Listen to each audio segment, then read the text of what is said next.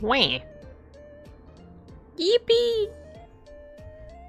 Wait, I think the audio bar is moving too much. It's a little too high, so I should move my mic a little bit further. Hello!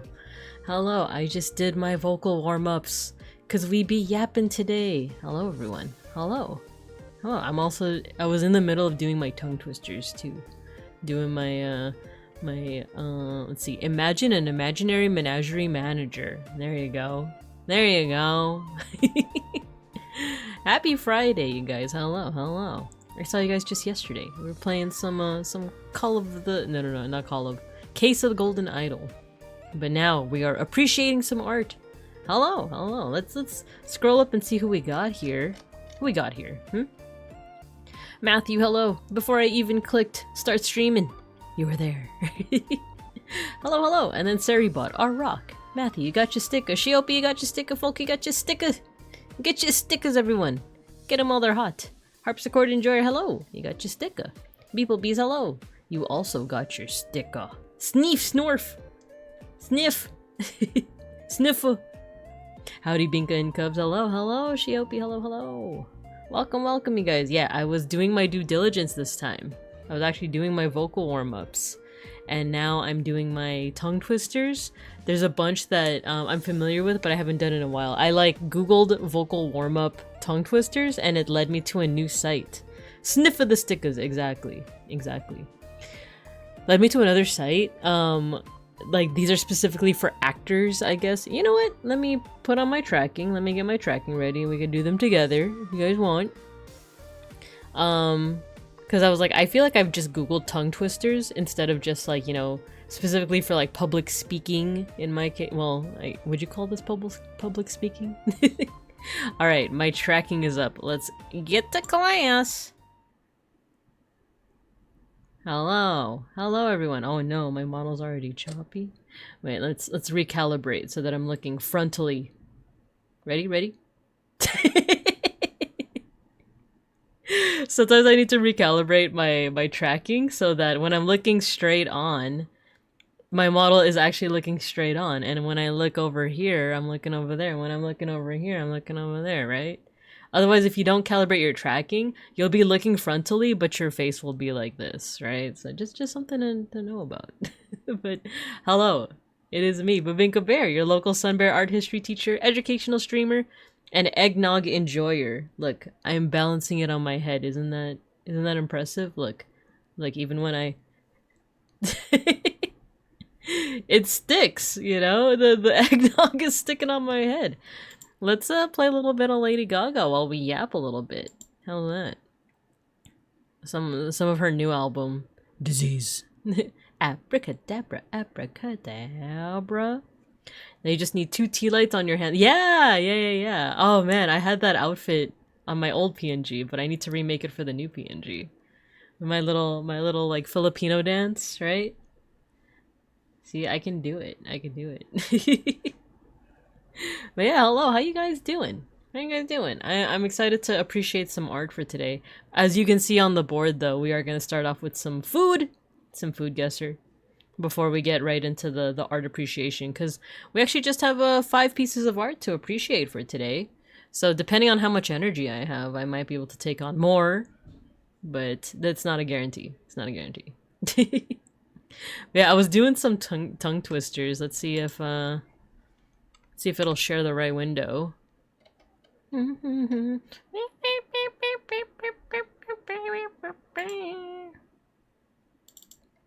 Let's make sure we're saving the right one. There we go. Oh, the text is kind of small, so it might be a little hard to read, but look at these tongue twisters. The lips, the teeth, the tip of the tongue. That's not really like a tongue twister, it's more of like a good vocal warm-up. Like if any of you are streaming or doing some kind of public speaking or acting, you've caught the acting bug. These are some good ones. I remember doing this in drama class in like high school. Lips, teeth, tip of the tongue. A box of biscuits, a box of mixed biscuits, a biscuit mixer. Should saucy sharks seek shelter soon? That's kind of hard. Should saucy sharks seek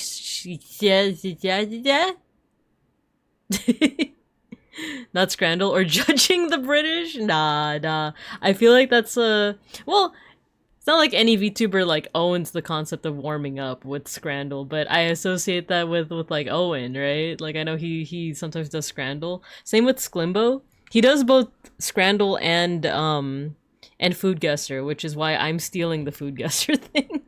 But you know who else does like these cool warm-ups per stream? I haven't been able to pop in as much, and when I do, I've already like rating in. But Almontas, I know Almontas does like warm-ups for his stream, where it's like he'll do I forgot what it's called, but it's like a Wikipedia guesser. Like he gets like basically like it's like you try to guess like a Wikipedia article essentially. Bodega Rat does Scrandal Rule 34. Hello? And other games, I don't know if Rule 34 would be class appropriate, but it's interesting. I am interested in the idea of just like warm-ups, right? That's why we're doing like I'm enjoying the food guesser. And I think there is like an art history version, but that one feels a little too like you have to guess like the exact artwork and artist, and I don't know. I feel like my I would be exposed as a fake art historian because I'd be like, I don't know what work this is. I know certain like styles, but I wouldn't be able to name exact years and names. I'm pretty bad at that. It's media analysis. True. As in, how much faith are we losing in humanity today? I mean, but you guys saw me do like the what is it, plate off yesterday? I was losing pretty bad at that. I feel like my tastes were too different from the control audiences, right? Not to say that my tastes are any different, but also let me fix this. There you go. Abracadabra. But yeah, here's some what other warm-ups. The six sheep's sick.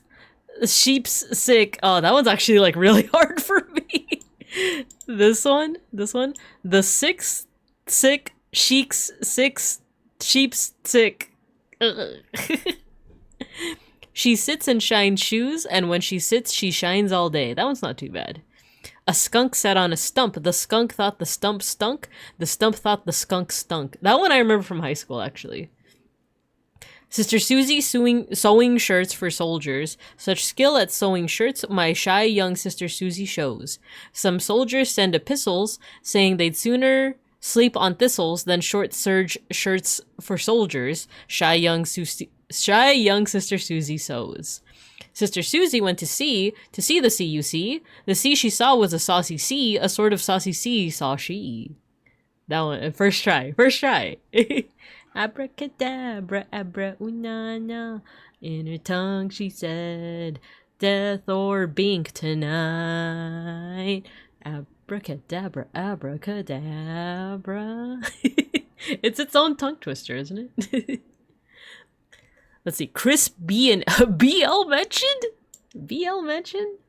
What is this? Baron Beacon beckons Bacon Baron. A big black bug bit a big black bear, and the big black bear bled blood. Oh no, not the bear.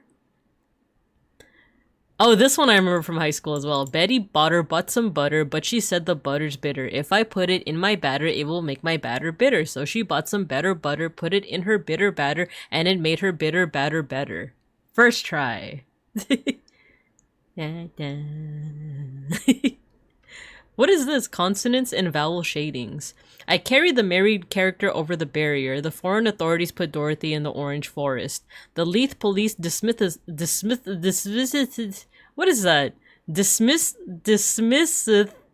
That's such a hard word for me to say. Dismisseth. I'm gonna make the text a little bit bigger.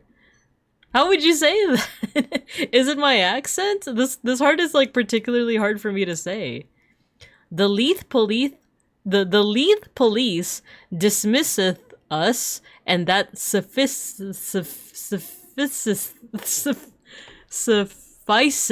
us. Right? Like the word is suffice. The Leith police dismisseth us, and that sufficeth us. Yes, she is pure, but so is Mrs. Muir. Muir? You're just unsure. Please do not lure me with your unsure cure. There's something wrong with not wrong, but like the wires in my brain are not crossing. I just can't say it. Because I'm reading how Matthew typed it in the chat. Dismisseth. I don't know why this is reminding me. I have a friend who had trouble pronouncing toxic masculinity. He believed in it as a concept. Like I feel like I have to clarify that. It's not that he didn't believe in toxic masculinity, but he literally could not like pronounce it. He kept on getting mixed up by I think he kept on saying like toxic masculinity. And then he eventually was able to figure out, and I think he said he kept on getting tripped up by the X sound. But it's just reminding me of that, even though like Matthew was literally breaking it down in the chat. I'm like, how do you say the name Sethith? From, what is that, Fire Emblem? How do I pronounce it? I don't. Well, I've never played it, so Sethith? It's funny, I was just telling Beans that when I was little, I did have a lisp growing up. And instead of, like, I guess, like, how do I say this? Like, solving it in, like, a supportive way, my dad made fun of me by comparing me to that one Looney Tunes cat, Sylvester. The one that's like, Stuffer and Thuckatash.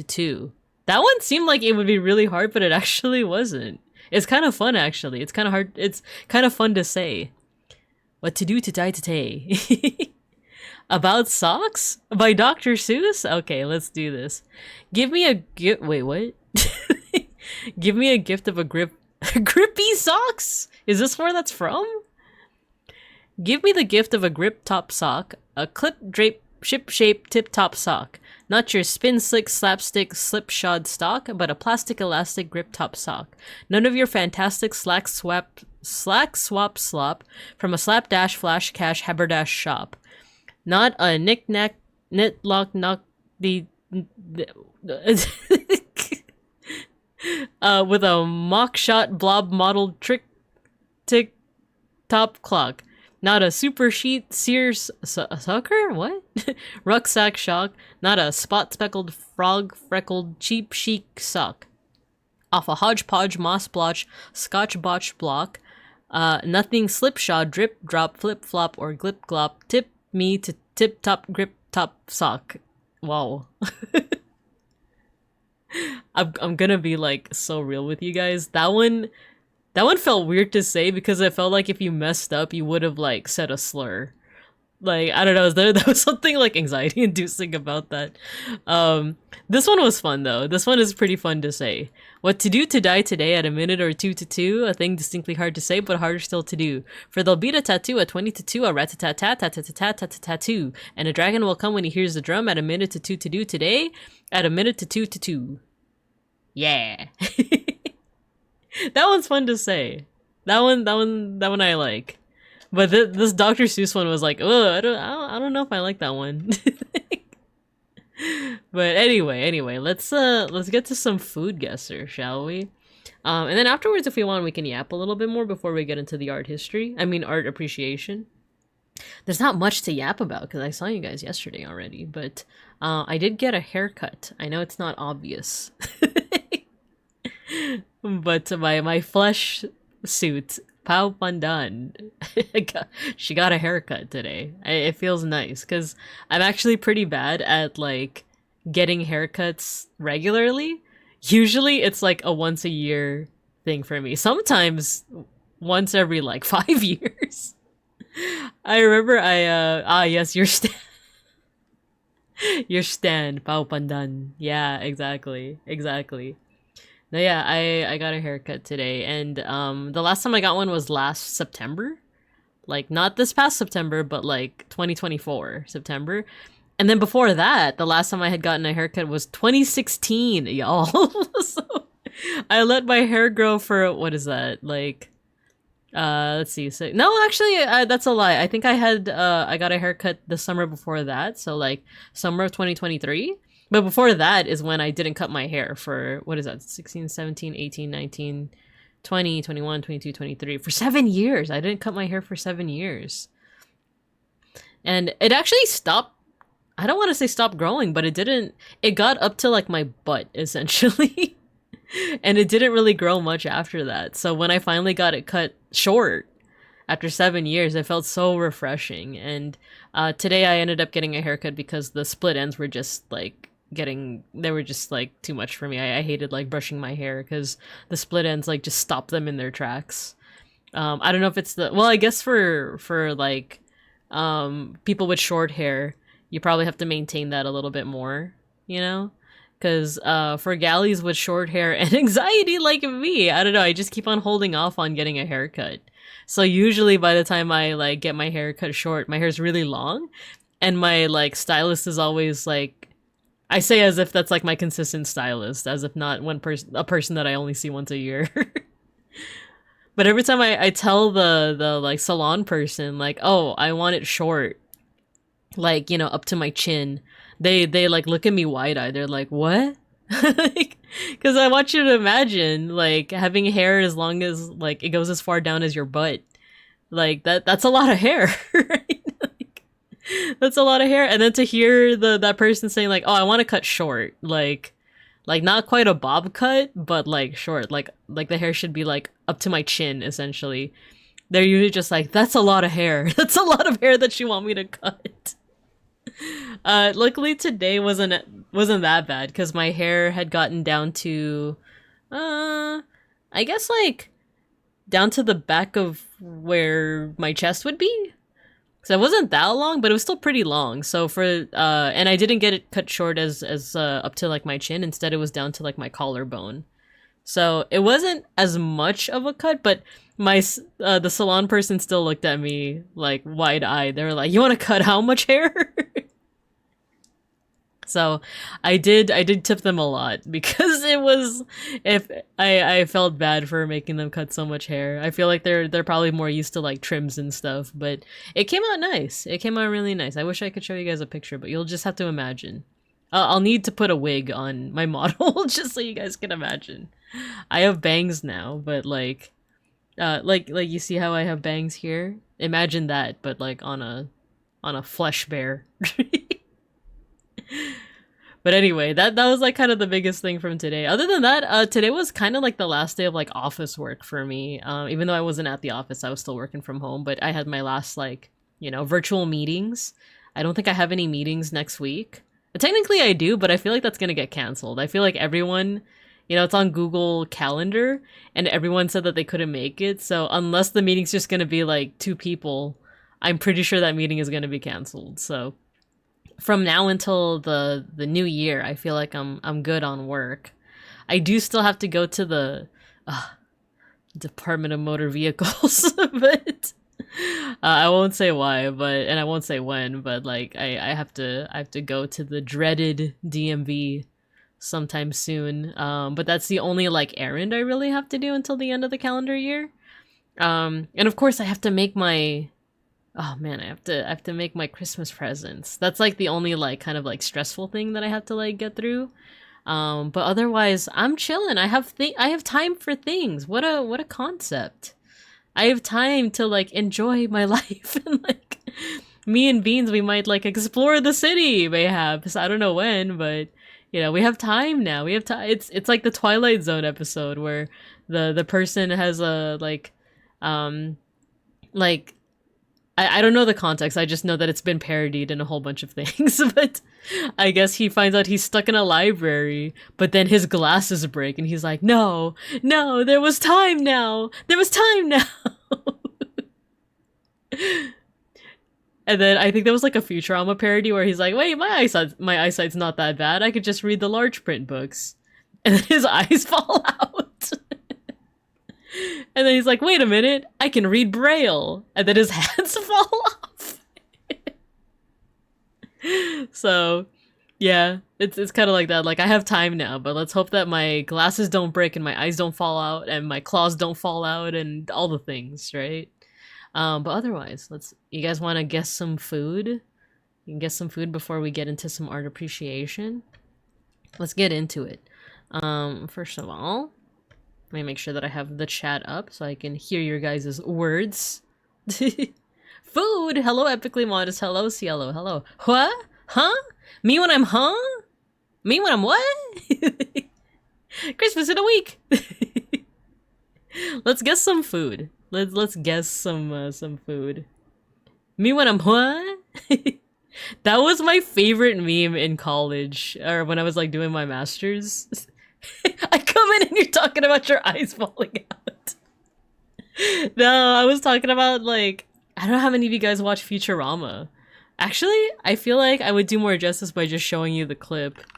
I feel like it was a Futurama scene that was like a parody of like a Twilight Zone episode. Because I never actually grew up watching the Twilight Zone. I just like knew of it through osmosis when it was parodied in like The Simpsons or Futurama. Because like I actually didn't watch like The Shining until I was like probably in my like late 20s. You know, like Stephen King's The Shining. But I knew about it because The Simpsons had parodied it, right? So I'm not sure. Hello, I am a known Futurama watcher. Yes.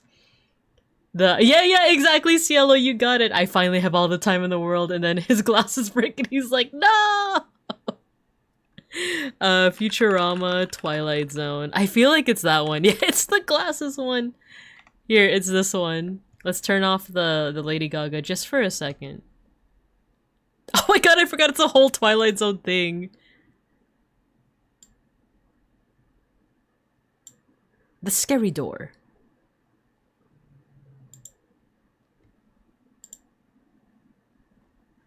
The scary door.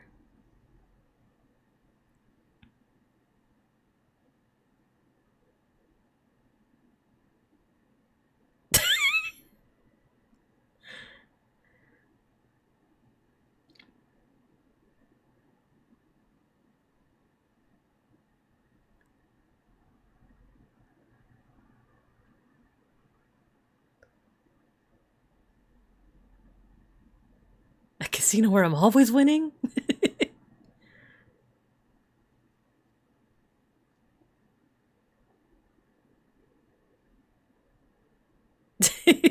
They're just like speedrunning all of the Twilight Zone.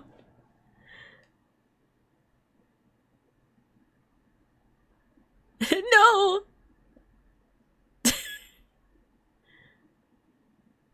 Sonic coming. No, that's not even the right one. Okay, is it this one? It's this one.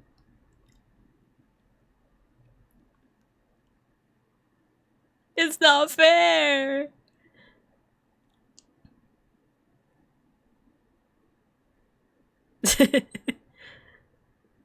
It's not fair.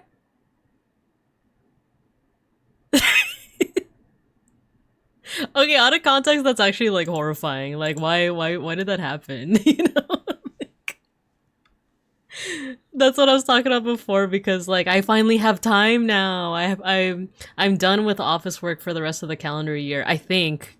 Hopefully I don't get any emails on Monday. But I have time to do things now. Just eyes fall out.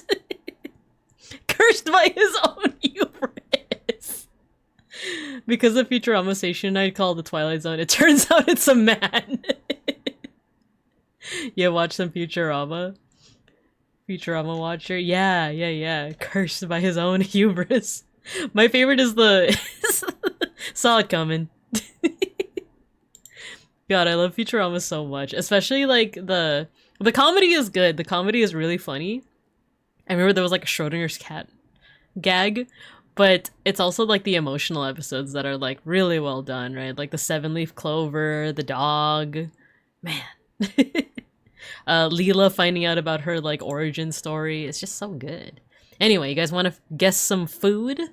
Let's do it. Let's do our dailies, right? Okay, what is this? It looks delicious. First of all, some sausage. So beans, manioc flour, manioc, rice, pork, sausage, eggs, kale, banana, torresmo, garlic, onions, tomato. I feel like this is either like Central or South America, right?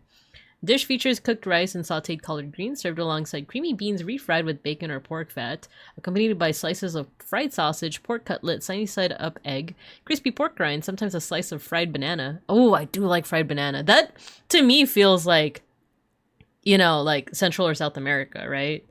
It creates a healthy and colorful platter. The ingredients are typically arranged side by side, offering a variety of flavors and textures in one meal. This also kind of feels Filipino in a way, but I feel like I would recognize it more. I would be more like, oh, that's Philippines right there.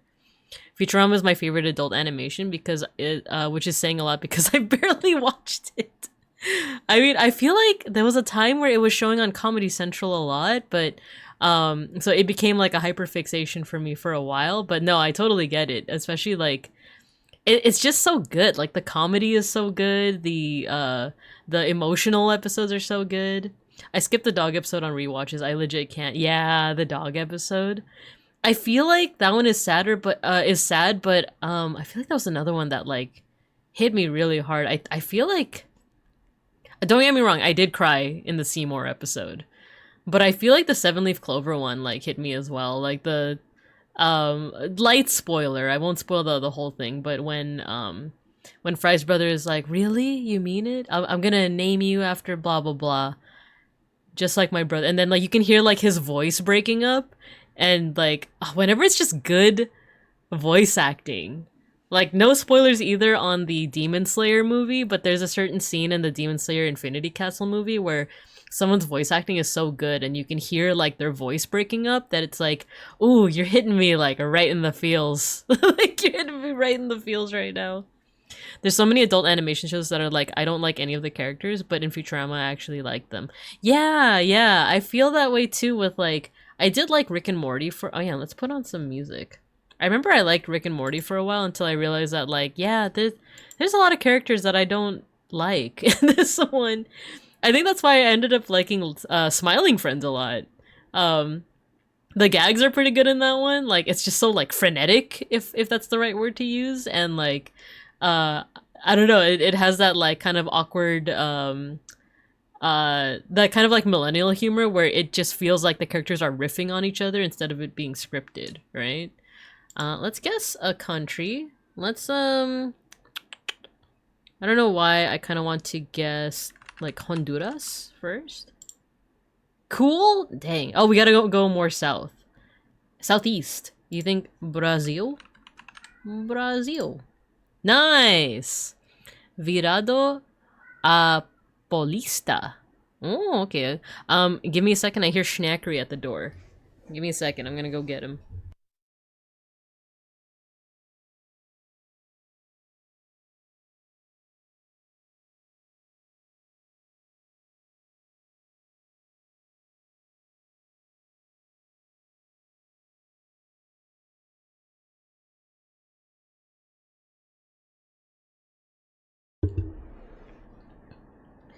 Let's see.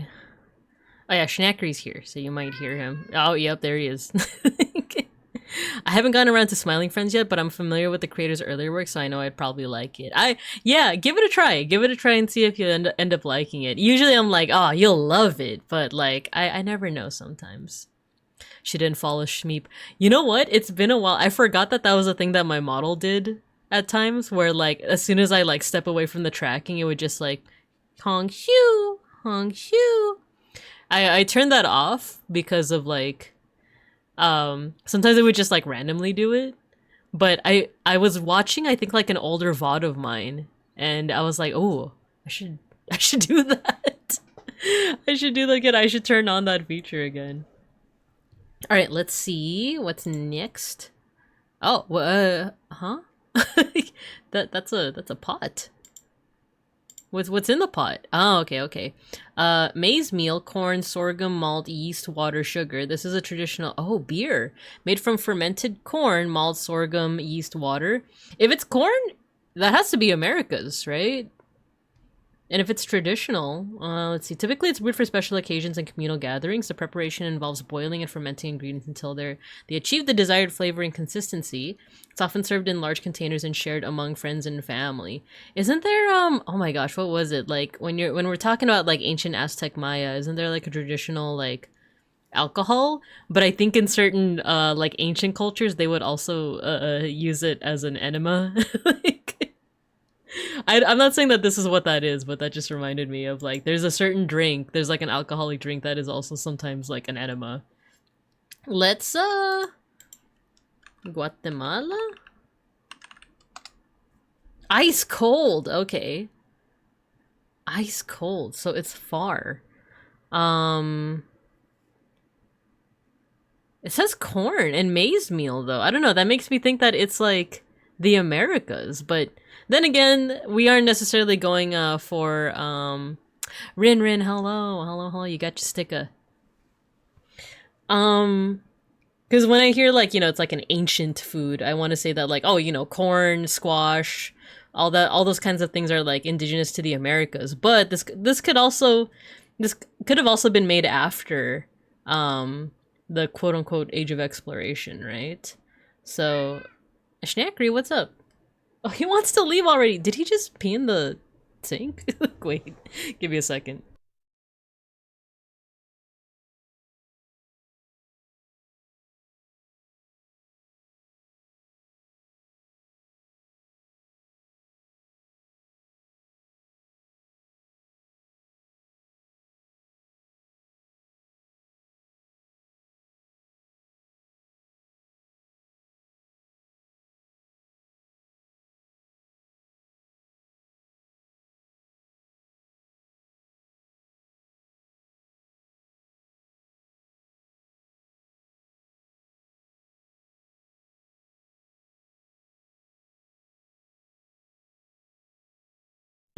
Oh my god.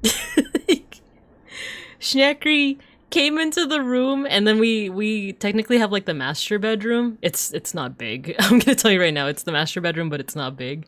Went into our adjoining bathroom, peed in the sink, and left.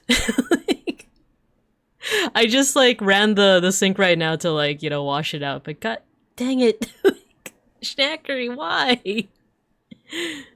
Schnackery said have lemonade and left.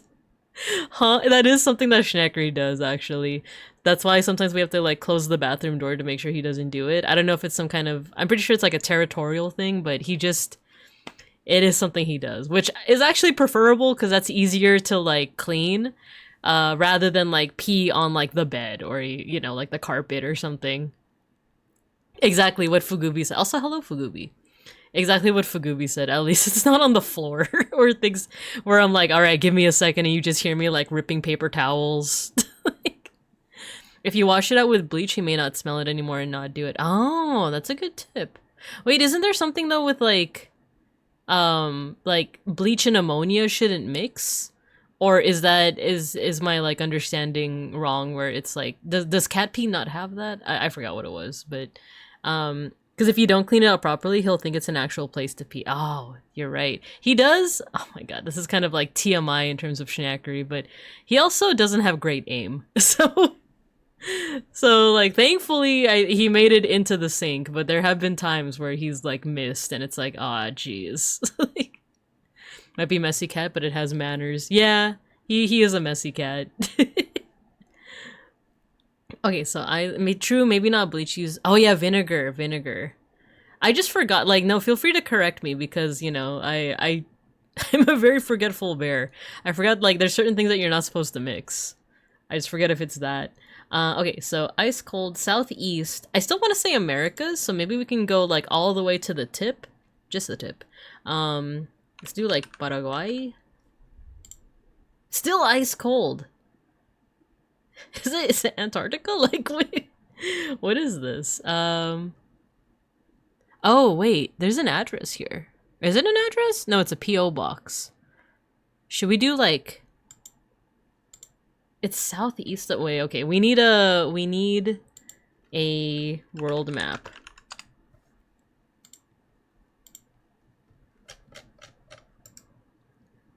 Open a new tab. What is southeast? It's ice cold though. But Paraguay is already on like this pretty southeast of South America. And it's ice cold? This is kind of baffling if I'm being honest. Guy gets it roughly in the right direction. Don't mix ammonia and bleach that makes condiment gas. Yeah. It was something like that, but I forgot what it was. Okay, maybe it's not the Americas then. Should we try to do South Africa? If it's south and east? Oh, okay, it's South America. Umkomboti. Umkomboti. You're totally right. I think vinegar is what we usually use. Yeah, I think vinegar, I have, as a Filipino, I have access to plenty of sources of vinegar. I put that ish on everything. Everything. Especially rice. Umkomboti is a traditional South African beer made from corn, maize, malt, sorghum, malt, yeast, and water. It's widely consumed by various ethnic groups, including the Xhosa, Zulu, and Soto tribes. The name Umkomboti is derived from Xhosa language. I don't know too much Xhosa, but I think that's also the one that has like the click sounds, right? Like Xhosa, like Xhosa. It's hard for me to do because I'm not used to it, but I remember like learning about like there's like 3 different types of like clicks, I think in Xhosa. I think even that XH sound is like actually a click, but it's hard for me to say. Xhosa? Xhosa. Xhosa. Xhosa? It'd be cool to learn though. It'd be cool to learn. Oh, wait, that looks Filipino. Like, is this not Filipino? No, it's daifuku, isn't it? This is Japanese. Mochi rice, water, sugar, red bean paste, kashiwa leaf. I saw these leaves and I'm like, wait, that's just puto, isn't it? Or like, that's just I'm trying to think of like other rice cakes. That's just like suman, right? This is daifuku, so that's Japan. Oh, it's kashiwa mochi. Ah, I see. That's oh yeah, okay, yeah. Puto is a Filipino rice cake. It's actually called that, and I keep forgetting because it's like you go to a Filipino party and it's like, oh, my favorite, the puto. Gusto ko ng puto. Our Japanese cousins. That's what my uncle called me. Oh man. Oh nice. I'm a gastronomical genius. But of course I want to do a couple more rounds. So let's do quick play. Okay, this is sausage, is it not? Sausage. Pork, lamb, fennel seeds, orange peel, garlic, oregano, black pepper, coriander seeds, red wine, salt, onion, leeks, bay leaves, and vinegar. This looks... I feel like it could be like anything, honestly, but let's try Germany first, because it's got the sausage. We're warm. Southeast of Germany. Southeast of Germany, and it's warm. We're pretty warm. Let's see. The Balkans. The Balkans are in that area. So we could do like maybe Romania? Let's do Romania. Romania. We're hot. Loka Nika. Oh, is that Greek? That sounds Greek.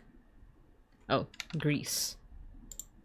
Nice. Greece and Cyprus. Okay, cool. Lokaniko is traditional Greek sausage known for its seasoned and flavorful profile. The word lokaniko is derived from the ancient Roman term lucanica, referring to a type of sausage that's originated in the Lucania region. Oh, cool. Cool. So it's also a little bit Italian. Oh, Italian. Ooh, what's that? That looks like pasta. Breadcrumbs, eggs, Parmesan cheese, nutmeg, lemon zest, salt, pepper, flour, chicken broth, and parsley. This is a pasta made from breadcrumbs, grated Parmesan cheese, eggs, and nutmeg. The dough is formed into strands using a special tool, then cooked in a rich broth. Is this also Europe? Italian? Yeah! First try. It's passatelli. You gotta do the finger or the hand thing too. Passatelli. Okay, what is this? Dried yellow peas, potatoes, turmeric powder, cumin powder, coriander powder, garam masala, onion, tomato, green chilies, ginger, garlic, cilantro, lemon juice, salt, oil, coconut, tamarind paste, green peas. This looks yummy and it looks flavorful. I want to say South Asia because it has turmeric, masala. There was something else, tamarind paste. I think other places have tamarind, right? Like I know Philippines has.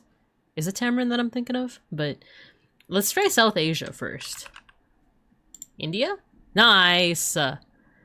We're winning. We're winning. We're geniuses. Ooh, what's this? This also looks vaguely Filipino. Is this rice ball? No, right? Glutinous rice, rice wine yeast, sugar, salt, banana leaves. Traditional sweet treat made from glutinous rice fermented in yeast. The fermentation process creates a unique, slightly alcoholic flavor and a pleasant tangy aroma. I don't think I would be... It looked like fish balls at first. Like bola bola, you know? Or like shrimp balls. What? Oh my god, I love like lobster balls, shrimp balls, like all those things. But it doesn't look like it is that. Glutinous rice, rice wine. I want to say either East or Southeast Asia. Let's try like Malaysia first. We're warm, northwest of Malaysia. Thailand? Hot. Go northeast. No, it would say if it was, I was gonna say Laos, but oh wait, look at the lettering here. Could this be Vietnamese? Som Ruo? Let's try Vietnam. Nice, nice, nice, nice. It was the spelling that helped me out here, because like I feel like Vietnamese is usually like they have a lot of like accent marks, right? I unfortunately don't know how to pronounce it. Com Ruo? Som Ruo?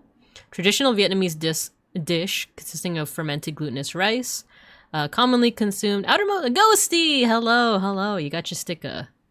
Commonly consumed in various regions of Vietnam, often linked to festive occasions and cultural traditions. Cool, cool, cool. Next round. Next round. Ooh, cookie! Ooh, it's cookie! Flowers. Isn't this the stuff that you find in the tin where like grandma's sewing supplies are? Ooh, that looks fancy. This is like the kind of cookies you would see, like that you would hope to see in the tin. You open the tin and it's grandma's sewing supplies, right? This dish is a delightful pastry comprised of soft sweet dough filled with a mixture of ingredients such as cinnamon, sugar, ground nuts, or dates. The dough is typically formed into a round, flat shape and intricate designs pressed on top. After baking, these pastries have a lightly golden exterior with tender, flavorful interior, making them the perfect for enjoying with tea. That feels like British, right? It's just so British.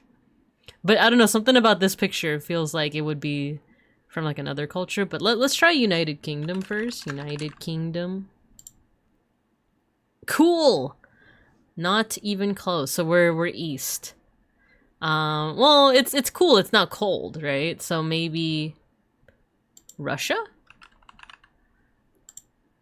Still cool. Okay, now we're going more... Oh, we went too far. We went too far in one direction. It's called Coluche. Coluche. Oh. If it's in between England and Russia, it's a little bit more on the northern side. I want to say like Scandinavia. Royal Dansk cookies are usually, what's it called? Soft bread. Ooh. Wait, actually, let's try that. Maybe Denmark? Something about the name though makes me want to say Finland, but let's see. Ah, dang. Still cool. How is that? Finland? No, it'd be warm if it was Finland. Right? It'd be warm. Let's try Finland. Or maybe like Estonia?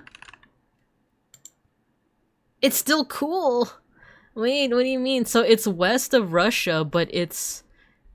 Oh wait, this is southeast. It's southeast of Estonia. Belarus? Ukraine? Let me look. Wait, but if it was any of those countries, it would have said borders when we did Russia. This is... I am confusion. Because I was gonna say like, oh, maybe Ukraine, but Ukraine borders Russia.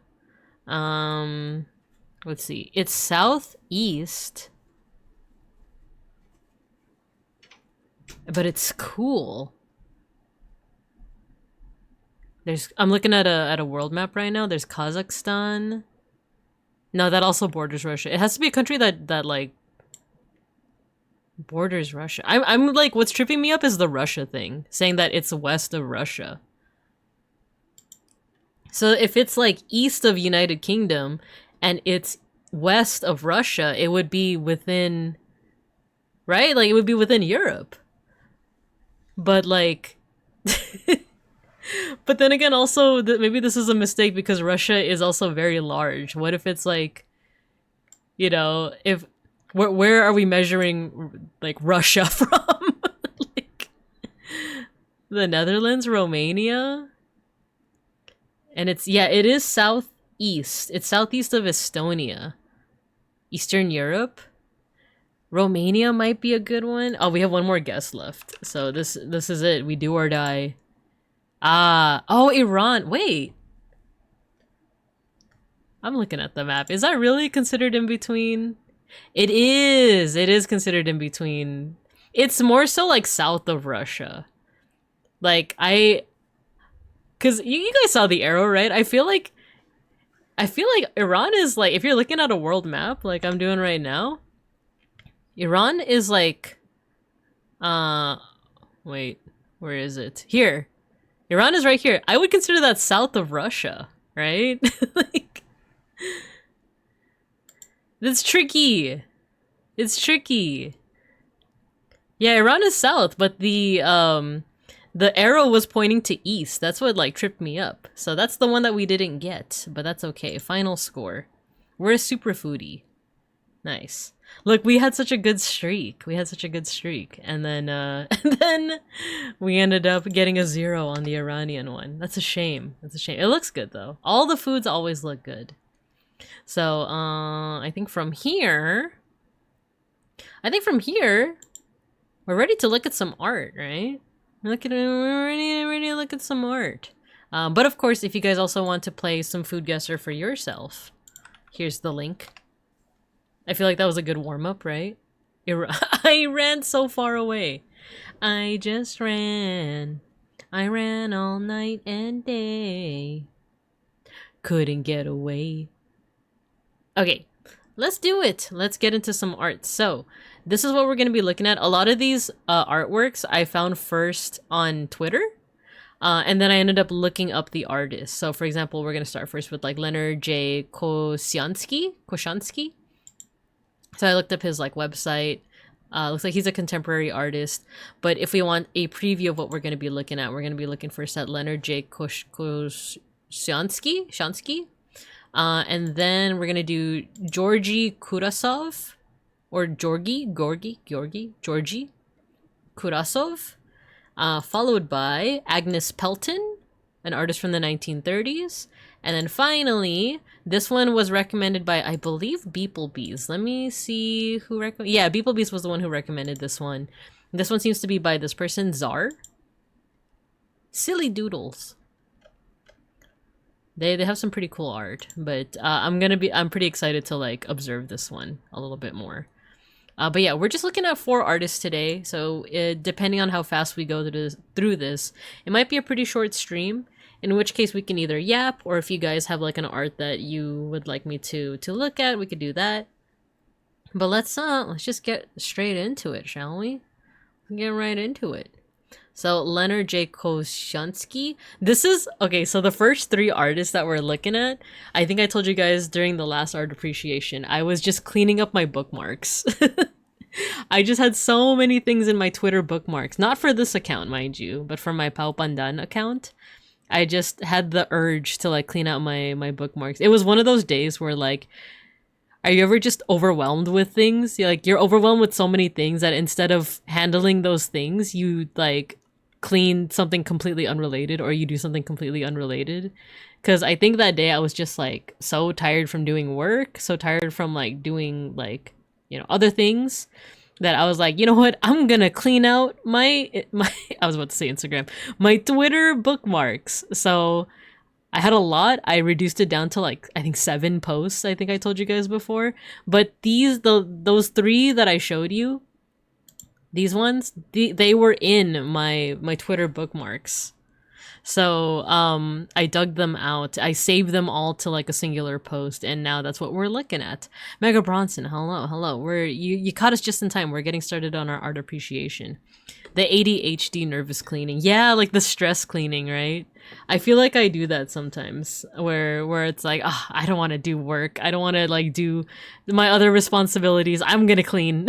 Like, but sometimes it's like virtual cleaning, right? Like I cleaned out my Twitter bookmarks, but I have yet to touch my Instagram bookmarks. So, but yeah, that's where 3 of these artists are, and then the last one was recommended by beeplebees. So let's jump into it. I do think we have an ad break in about 2 minutes, but we can at the very least get started on this, right? It's procrastinating cleaning. Yeah, that sounds about right, right?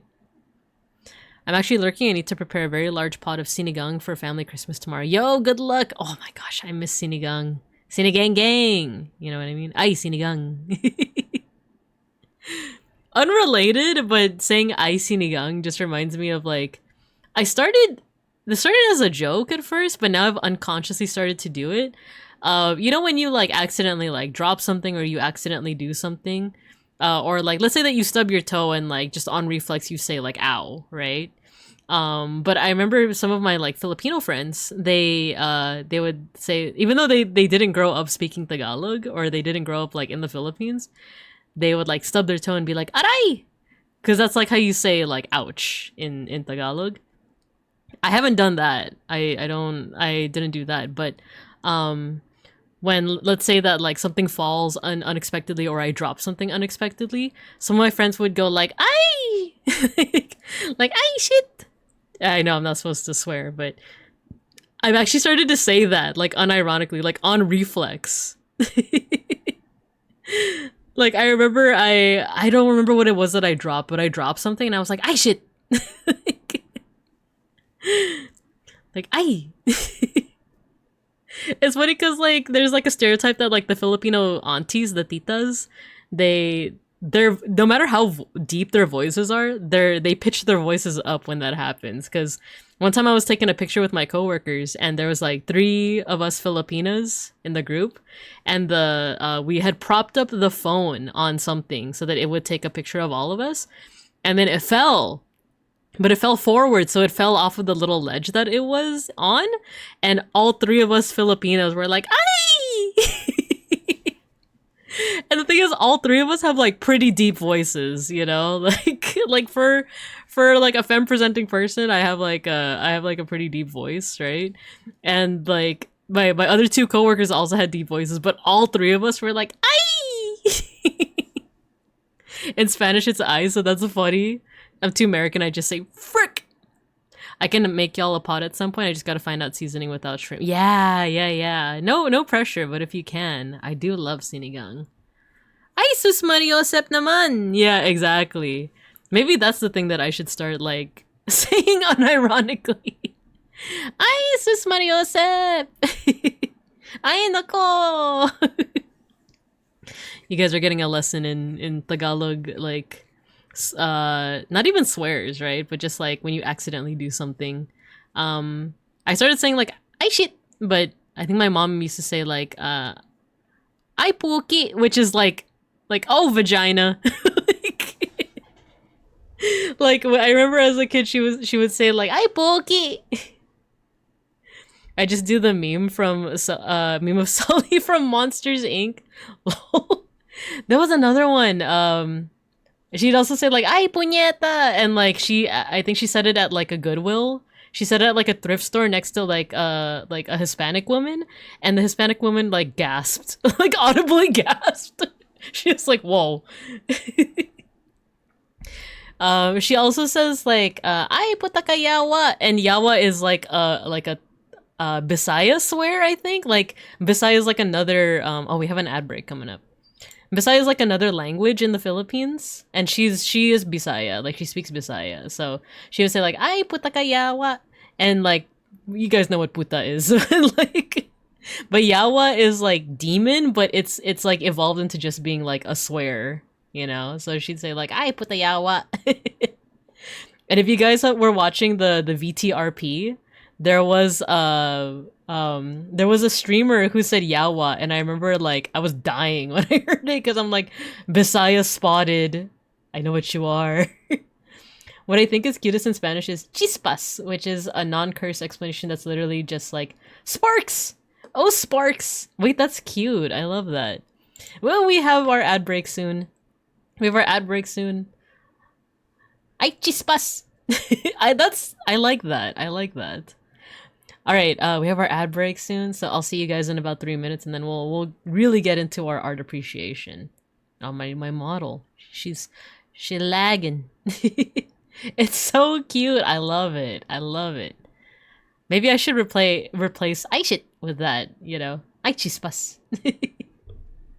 Okay, I'll see you guys in about 3 minutos.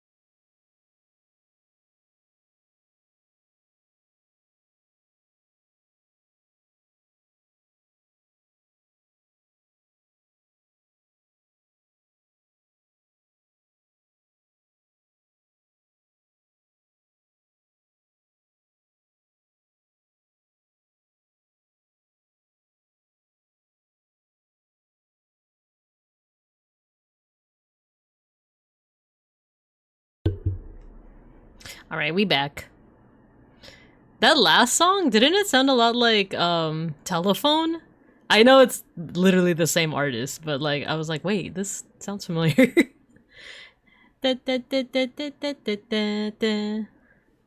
Oh no, my model. I think it has something to do with the Wi-Fi whenever my model stutters like that. Cause like the phone that I use for tracking is like connected to it's connected through Wi-Fi. How goes it, everyone? Yeah, how goes it? I was trying something with this ad break that another idea I blatantly stole from Sklimbo. He says that whenever he goes on ad break, he does squats. And I was like, ooh, I should try that. So I did 10 squats during the ad break. It didn't take 3 minutes, but I was like, okay, let's just try it out and see what happens. The only bad thing is that I am my back pain. I kind of felt it a little bit when I was doing the squats, but I think if I just keep on keeping on, if I just keep on like, I guess like, you know, eating a healthier diet, working out a little bit more, I'm hoping that's something that will like hopefully disappear, but we shall see. But otherwise, make sure to keep your back straight. Yeah, I do. I was watching my form in I have like a mirror. I have like closet mirrors, but I've just had this back pain for like a while. And I've told my doctor about it, but because I had it was after I already told him that it was like the first time that I visited this new doctor. So I was telling him about how I have like foot pain, I have like gallbladder issues, and like I'm scheduling for surgery. So a lot of our like first meeting was just talking about the gallbladder thing. And then in the like last 15 minutes, he's like, all right, is there anything else that you need to tell me about? And then I told him that I have foot pain and I have back pain. And he's like, oh, okay. So like, it was kind of like almost like an afterthought. And it was like, because the appointment had already like been like, I think 2 hours by that point, he was kind of like, well, let's see if that gets alleviated with, you know, I think for the foot pain, he's like, if you have some like padding on your shoe. And then for the back pain, I think I had said something like, oh, I definitely feel it more during my period. And my period was ending. So he's like, you know what? Let's come back to it after your period completely ends. And then we'll see if we need to keep on like, you know, assessing the back pain situation. So so I think my period's coming soon is what I'm saying. But it's funny because even though I feel like my doctor does care, because I had kind of tacked it on at the end, he's like, oh no, there's more. Like, there's more. But yeah, thank you for the advice. I will keep my back straight while I do those squats. But let's get into Seishun. Hello, hello, hello. Let's get into some art appreciation, shall we? Ooh, I like this song too. Let me direct to the proper window. The window. Okay. Oh, and then I missed a message from Cielo before the ad break. One time a Latino professor of mine in college said it when he dropped something and I was like, "Aw." Ay, chispas. It has like just a cute sound to it, right? All right, so this first artist that we're looking at is Leonard J. Kosiansky. And I will say right away, I was immediately drawn to their art when I first saw this post because, did I say hi to Station already? Hello, Station. I was immediately drawn to this because it reminded me of another artist that I really like. Two artists, actually. One of them is Chris Van Allsburg. Let me get like a... Let me get Van Allsburg. Let me get some images for you guys. Art. Chris Van Allsburg, and then another one is Rob Gonsalves. So for Chris Van Allsburg, I've talked about this artist before. He has illustrated a couple books such as I think Jumanji, and actually I think The Polar Express. But one of my favorite works by him is one called The Mysteries of Harris Burdick. I think I talked about this one recently too, but luckily someone even like uploaded a whole PDF of it. Because I do want this artist to be supported, I won't show all of it.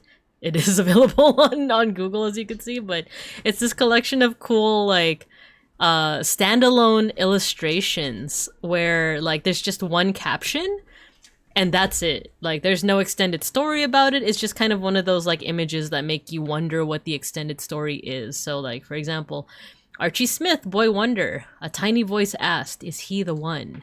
And it's these images that like, all except for like one or two things, they seem completely normal. Like if you take out these two glowing lights and then the other lights outside the window, this is just a picture of a sleeping boy.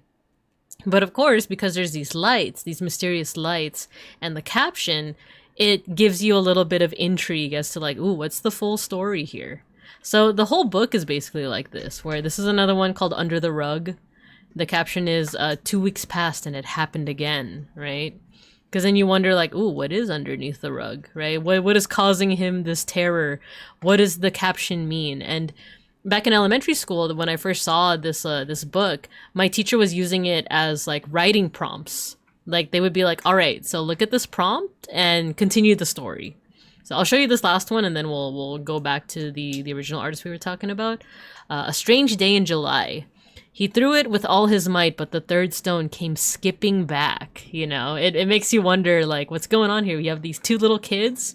There's a rock that seems to be floating, or like it was recently thrown. His hand is even like limp in a way that makes it look like he just threw the rock. But then, like, you know, without this caption, this just looks like a kid who's skipping stones. But then you read the caption and it's like, whoa, what is happening? What do you mean that it came back? It was skipping back. Dianork, hello. We're looking at the art of Chris Van Allsburg, but I'm using that as a comparison to another artist we're talking about right now. But that's some of the works of Chris Van Allsburg. All of it is black and white. But there's also another artist called Rob Gonsalves. This is another favorite artist of mine. He specialized in... he unfortunately passed away. Never mind, I'm too lazy to prep food, so I'm here to hang out. Let's go.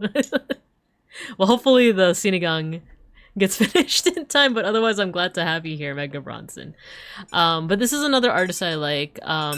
We've also looked at his art before, but he specialized in something called magical realism, where if you click on any of his... Oh, actually, that's a little small. There we go. Yeah, this is a good example. Big snow. Let's look at another one. Yeah, he kind of specializes in those... If you've ever seen those illustrations where it's like an illusion of some sort, he typically specializes in those kinds of illusions. I think an infamous one is... Not infamous, but like one that I've seen a lot is the ships turning into an aqueduct. This is like a pretty iconic one that he's made. So he specializes in these like kind of realistic paintings, but there's illusions in them. There's like something usually transforming into something else. My family has given us 1 hour Filipino time cushion for being late. Nice. You gotta love the Filipino time. Oh, you've seen these? Awesome. Cool. So yeah, this is kind of what he specialized in, of like something mundane or something mysterious turning into something else mysterious, you know? Like the one that I was showing earlier was, let me see if I can find it again. Oh, I love this song. Tomorrow. Yeah, exactly, Mega Bronson. It's object animorphs. Because at first I was like, oh, what's so strange about this one? But look, this guy is shoveling snow from their driveway, but then it transitions almost into this like lake or river where the kids are kind of like snowboarding towards it. Not snowboarding, but you know what I mean. And then this one also at first glance doesn't seem like it's an illusion, but if you look in the background, the pine trees seem to disappear and form into like the empty space between all these clouds, right? Firefly constellation. Oh, that's another thing, is you have these fireflies and it's like, which of these are fireflies and which of these are stars, right? So I'm kind of reminded of these two artists, Chris Van Allsburg and Rob Gonsalves, when I first laid eyes on this art when it came upon my feed. So this is once again the work of Leonard J. Kosiansky, and it doesn't seem like at first glance like there's any kind of like illusions or anything happening, but there is like, at least to me, there is a sense of like mystery to them, right? Off of the dome, I feel like it's because there's a lot of like geometry, at least in what we're seeing right now. We can actually make this a little bit bigger too. Tomorrow, so I'ma love you every night like it's the last night. So yeah, if we look at like the like architecture here, it feels very tranquil. It feels very like, you know, regular, especially because like there's a lot of like, you know, solid shapes being used here. Kind of, how do I say this? Simplified, almost like iconic shapes. Cause like these could be real houses, these could be based off real houses, but something about them feels more like a dollhouse. Something about them feels like it's a facsimile, if I want to use like fancy words, like a fake version of a world. And it is, because it's a painting. It's just a painting, right? But like there's something, one could argue, like unsettling, but for me it's just more of like it's like vaguely nostalgic. It's a little mysterious. So if we take a look at what we see in this picture, it looks like a person is just going out for a run. But it seems like the implication seems to be that they left from this house, and but he also left his door open. So then that begs the question of like, oh, what's he? Why did he do that? Like, if he was just going out for a run, he would probably just like close the door behind him. But is he running from something? Is he running towards something? It feels kind of Chris Van Allsburg in that like your brain kind of wants to fill in the gaps of like, what's going on here? And if you look here, there's another person in another house that seems to be watching all of this unfold. And I don't think there's any indication that like we'll ever get that answer. It feels kind of like mysterious in that way. It also looks like there's someone in the window to the house. Yeah, exactly, right? Because overall, everything here is very blue. It's very blue, very green. There's a little bit of yellow here in the rose window of this cathedral, which, by the way, do we have Gothic architecture? You don't really. There's buttressing, but there's no flying buttressing. There is like the broken arches and there's a rose window. It's like kind of Gothic. It could be more Gothic though. So because everything is so blue, it gets broken up by anything that is not blue, or in this case, yellow. So over here, I actually missed this on the first look through. There's a car rounding the road, and you see its yellow headlights. Not the freaking blinding LED lights. And then this is also broken up by all of this yellow, right? The inside of the house is shining the light in there. There aren't any lights on in the other houses though. And then you also see the other light sources here. This person that's looking at this whole scene. Even the birds around are blue. They blend in with this like blue, because even like the roofs of the houses are red, but they mix in pretty well with the blue. They look more purple than anything else. So the yellow is kind of breaking everything up, and that's what kind of draws attention to like what this scene is, this mysterious scene. Even there's like shadows being cast. I think the light source here would be the moonlight. Oh no, the moon's over here. It's even more mysterious then. The moon's over here. But the light source seems to be coming from this end, which almost adds to like some more mystery, right? It also adds to this feeling of it being like a diorama, like it's just like a dollhouse. Maybe the lighthouse is kind of here too, the light source may be coming from the church as well, but I don't know. This makes it seem like the shadows make it seem like the light is coming from over here, like off screen. Oh, I realize you can't really see my cursor. There we go. So this kind of adds to the dollhouse vibe. Maybe this person knows that they're in a dollhouse and they're trying to escape, right? Let's see what else. Oh, look, we have the same scene. Ooh, maybe this is continuing a story, right? There's more. Ooh, okay. So it looks like these two, the first three seem to be connected to one another. This seems to be happening... I want to say in the dark of night, but you also do see a little bit of sunlight here at the horizon. And then this one is like almost identical in many ways. Almost. Because here's the first scene, here's the second. But it seems to be very similar. But instead of a cathedral with a rose window, instead there's a clock. You still see the car with the headlights driving over here, and then there's someone running from their house, or presumably their house, but the door is open, right? Oh, that's what I was gonna say with the first one. There's a light source, but this person here is being illuminated. It draws our eye to this person that's running, alongside the yellow of the light here. But here, it's even more obvious, because now, like, the yellow light coming from the house is actually illuminating the person that's running. And right behind them, there's more of these like blue jay type birds. I don't know if that actually is what the bird is. Here, there's also another person running. Are they running to join this person? Are they running after this person? There's also some illumination here, right? I can't actually tell what's going on inside the house. I thought it's like a dog sleeping or something like that.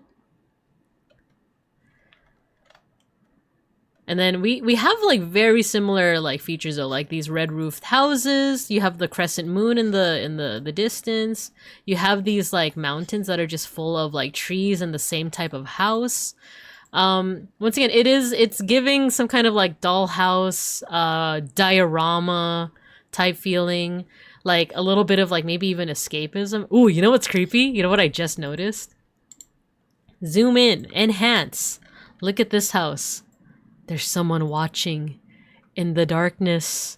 You can barely make them out, but they're there. They're there. Scary, spooky. I just noticed it right now. Because then that begs the question, are people watching from the other houses? Their lights aren't on, but maybe they're watching, you know? It feels kind of, I keep on saying like dollhouse, diorama. With this person watching, it reminds me of that one Black Mirror episode. I'm not gonna spoil the twist of that one because it was crazy, but I think it's called White Bear. That one was crazy, but it also is giving a little bit of Stepford Wives, right? It's something that like at first glance is perfect. It's ideal. It's idealized. But then the closer you look, the more you realize that like there's something a little like off-putting about this. There's something a little like I feel a sense of unease, you know? So I wonder if this is some kind of commentary on that. Let's see the other illustration. This one's a little bit different, but it still seems like it takes place in the same setting. This one feels a little bit more innocent. Oh, actually, though, this one's kind of creepy, but this seems to take place in the same setting. It's the same neighborhood where all the roofs are the same, but you do have like you have some things that are different from the other two illustrations. Once again, you have the church over here with the rose window. In the other ones that we looked at, it looked like there was only like a couple houses. There was like one or two houses with the lights on. But here, every other house has their lights on, and you can definitely see people in the houses. And then here, the one that we could see the closest is, there's someone over here that looks like they're washing the dishes. And then they're kind of bathed in this warm yellow light. Whereas this person over here in the same house, but in another room, they're bathed in like a cooler light and they seem to be watching TV. There's something that feels very dreamlike or almost nightmarish. Yeah, that's the feeling I get too. It's almost like Rob Gonsalves's work, this guy's work, is a little bit more dreamlike, a little bit more hopeful and light. This one feels a little bit like, at first glance it's like Rob Gonsalves, but the closer you look, the more it feels a little like a false idyllic. Like I said, like a Stepford Wives, where like the closer you look, the more unsettled you might feel. There's also the birds here. And then this is the part that like kind of scared me a little. It's just a person looking in the mirror, but it almost looks like the person's reflection is looking at us, the viewer. It's a teensy bit of a jump scare. Because at no other point do you see anyone else looking at the viewer. This person's focused on the dishes. This person is looking at the TV. Oh, look, there's a cat. There's a little kitty cat. They're popping out of the bushes here. They might be prowling towards the crows over here. Right? So yeah, that's one of those things that like it feels a little unsettling, and I wonder if that's like that was intentional at all. You also see like that same crescent moon, but you also see like a shooting star over here. This one feels a little bit more lighthearted, but also a little bit more unsettling at the same time, right? I think the addition of the cat too, because the cat almost looks like it's going toward these crows.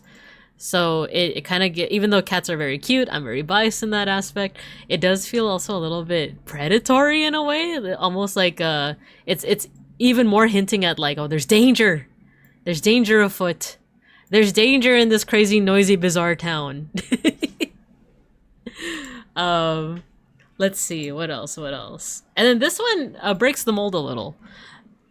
This one is fantastic, by the way, but it's showing more of Kosiansky's like technical prowess. Because look at the like quality of these clouds, right? Beautiful. And then you also see like these cyclists, right? Here in this like these three cyclists don't look like they're chasing each other. They just look like they might be part of the same group. So this one feels a little bit more like idyllic, as opposed to the other ones where it's like, what's going on here? What's going on in this like little Barbie dollhouse? So this is Leonard Kosansky's website. I'll put it here. Sorry, I'm like burping a lot. I'll put it here in the chat and pin it if you guys want to take a look for yourself. So if you want to learn a little bit more about them. Born in Cleveland, Ohio, student of R. Buckminster Fuller, noted American painter. Wayne Theobald. That sounds familiar. He received his bachelor's degree from Cleveland and master's degree from UC Davis. Let's go, UC system. Cool, and he has works in the Met. Nothing in California. Oh no, the C.N. Gorman Museum in Davis. Anything else? Oh, OC Museum of Art. Interesting. And then, oh, Long Beach. Nice. Let's see. What is critical postmodern art? That's a pretty interesting question. Isolation. Oh, this was painted this year. In July, earlier this year. That's pretty cool. This is called Isolation. Oh, we see the same setting, right? This is so cool. You know what? The title of this being Isolation reminds me a little bit of Edward Hopper's works, because a lot of if you don't know Edward Hopper, he's the guy who did Nighthawks, the cafe, the three people in the cafe, that famous painting. A lot of his works deal with this idea of like isolation, alien isolation. Exactly.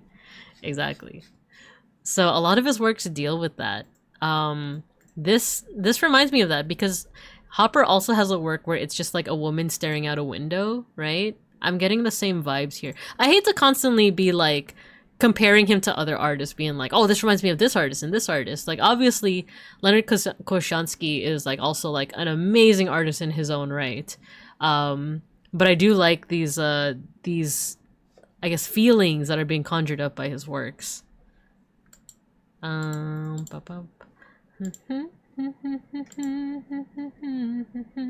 Let's see what he has to say. This is Tempera on panel. Isolation is a small painting painted with egg tempera on wood panel. It's a night scene.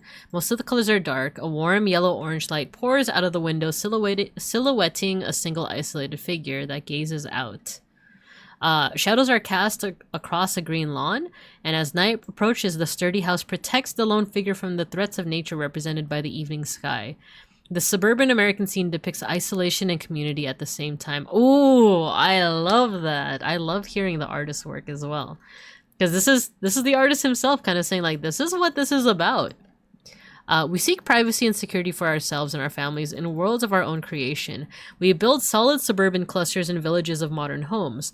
This similarity unites people and creates community, yet because of our individualism and our desire for privacy, these same structures and neighborhoods cause isolation. At times, there is a deep sense of loneliness. Paradoxically, we desire both privacy and a strong community as the homes that house us and the families become the bricks that build our civilization. Yeah, Matthew, evocative art is neat. Yeah, because this is... I love this. I love, like, what he's trying to say of, like, yeah, we do have these communities, and that's nice, but, like, at the end of the day, you still feel kind of alone because of this sense of individualism, especially in like Western cultures, especially America.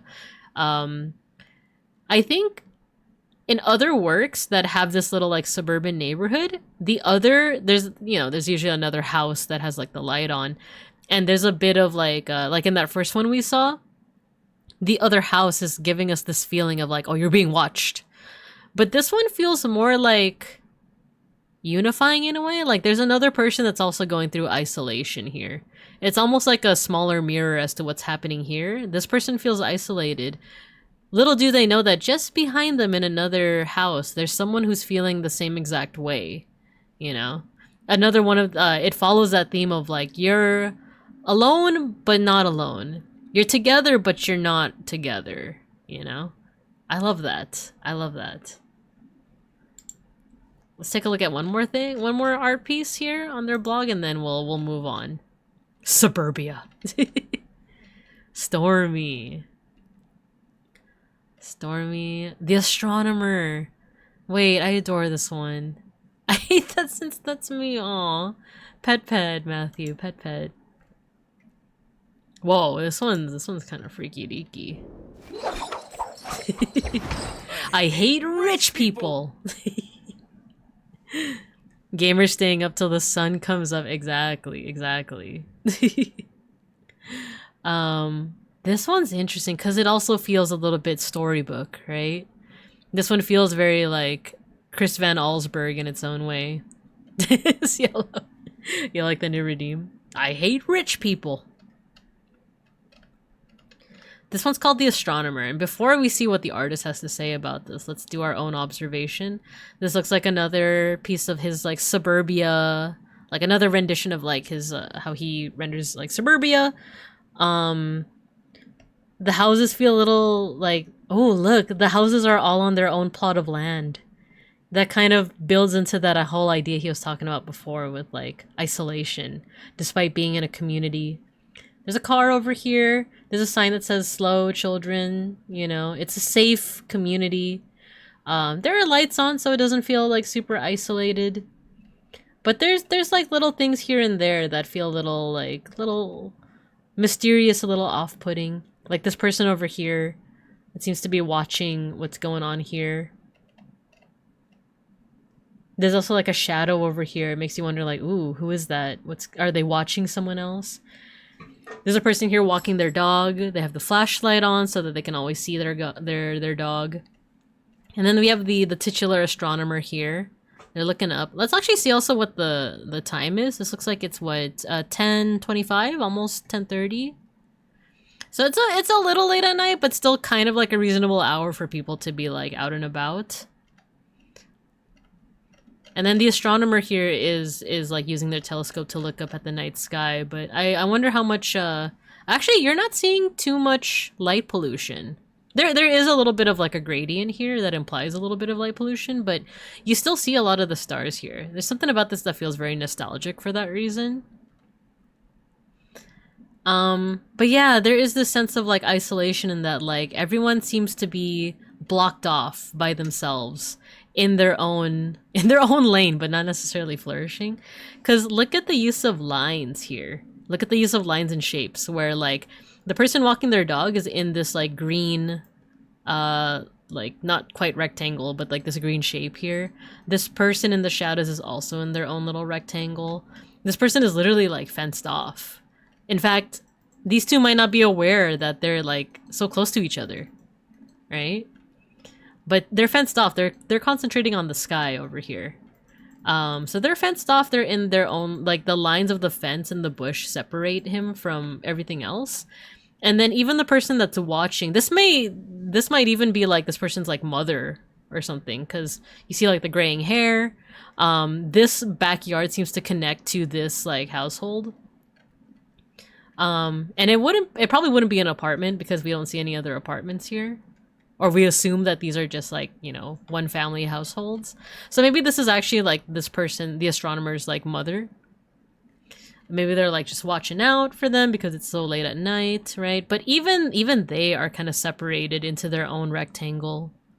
So there's like multiple people in the scene, but all of them are separated by just the composition of the work itself.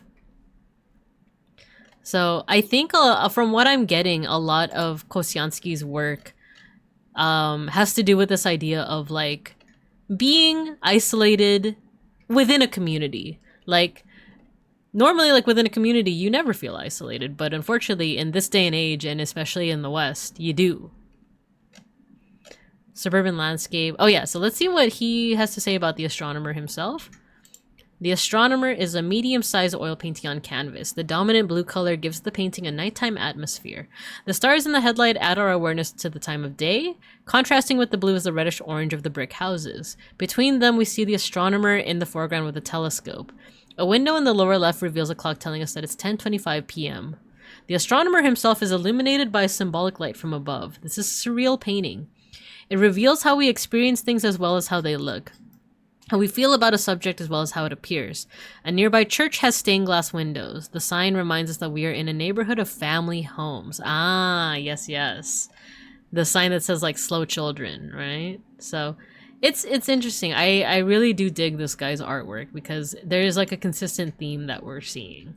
So wonderful, wonderful. Great job. If you guys want to take a look at Leonard Kosiansky's art, the link is pinned for a little bit. I'm actually gonna take a short water break right now, or I'm not gonna put any ad break just yet. But I'm just gonna grab some water and then I'll be back for our next artist. Hold on. Next up, we're gonna be looking at this one, Georgy Kurasov. So I'll put this here. I love the dog. I'll put this here, and then I'll be right back. Okay. BRB getting water.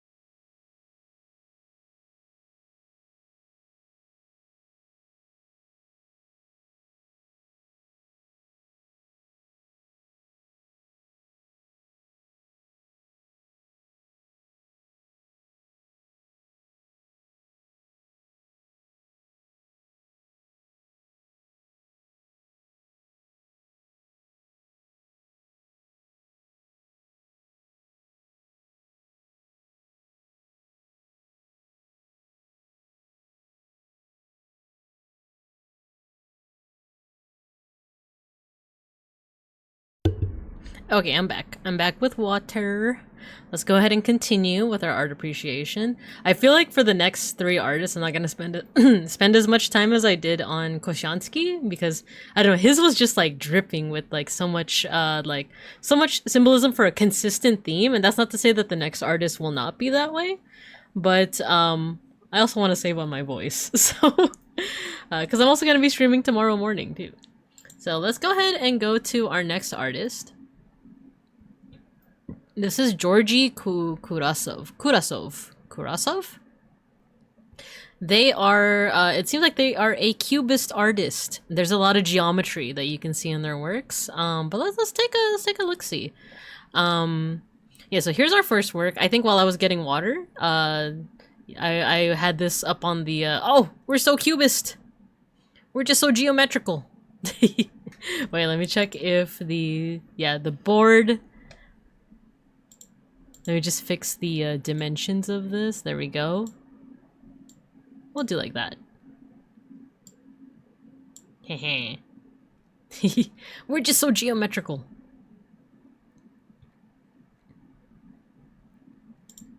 There we go. Let me zoom in on this. Here's our first art. So it's very geometric. You can see a whole bunch of different shapes everywhere.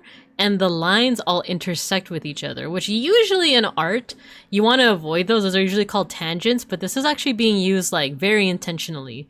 What I mean by that, Togi Nebula, hello, hello, hello. What I mean by that is, take a look at this triangle shape over here. It goes down and it intersects here, or it makes the edge of this chair, the back of this chair, right? But it also intersects at this woman's back to form the back of their dress, or their shirt, actually. So it intersects there, and then if you follow the dress, or sorry, the shirt down here, you go to their arm, the end of the shirt kind of like intersects here. It continues down to their arm, and then the line that makes up this part of the arm, actually, can you see my, oh, you can't see my cursor. You can't see my cursor. There we go. I love seeing art pieces that look like a big old puzzle piece. Yeah, right? So look, I was talking about this triangle earlier. It makes the back of this chair, but it also makes the back of this person's shirt. You follow that line over here. Wait, I'm just looking to make sure you can see my cursor. Yeah. You follow the line of this arm all the way down. It even goes down and terminates, not terminates, but it ends, it does continue on to this part of the arm. And that line keeps going. It keeps on going all the way down to the fold of the table. And even that line continues on to form like a shadow of the table. So normally you want to avoid that. It's almost like a tangent, but it like, this is being used intentionally. It also fits with the back of her hair too. Yeah, if you look at the triangle here. Because we were talking about this edge, but this edge also lines up with the back of the woman's hair, right? And then it forms a triangle with her back as well. If we want, we can also, let's see. There's another line that we can continue on. If we continue the straight line over here, it keeps on going down, down, down to form the other part of the chair. And it keeps going down to even form like a fold within her skirt. And then it continues down, down, down, down, down to like the leg of this chair. And then it ends. But you see that everywhere. If you look carefully, there's a lot of places where the lines intersect to form like other parts. So for example, let's follow the line of this dress once again. Or the shirt, rather. Curves down. But let's say instead of continuing on to the other side of the arm, you instead go up to continue this part of the arm. The line continues up, up, up, up, up, up to the end of the page. But if you go the opposite direction, it goes down, down, down, down, down, down. You know what? Let me fix the calibration on my model because I'm looking up a lot. Let me calibrate. There we go. So if you follow the line down, down, down, it intersects with like the design of this table. And then it actually intersects with this leg. So you just keep on following the lines and they end up contributing to like the overall like geometry of the work itself. So that's pretty cool. So overall you see like all these different lines are intersecting and like forming different parts of the composition. That's pretty cool. Meanwhile, it's still, if you didn't like look carefully at that geometry, you could still make out this like this awesome piece on its own. It's a lady that's sitting on a table looking either kind of carefree or kind of sad, and she's holding a glass of presumably wine, right? But there's also all this hidden geometry, which I think is pretty cool. Let's see what else we're seeing. Ooh, this one's also very cool. Look at that. So this one is a bit circular. Booby. This one's a bit circular in its composition, right? Excuse me. Not only do you have this, sorry, excuse me.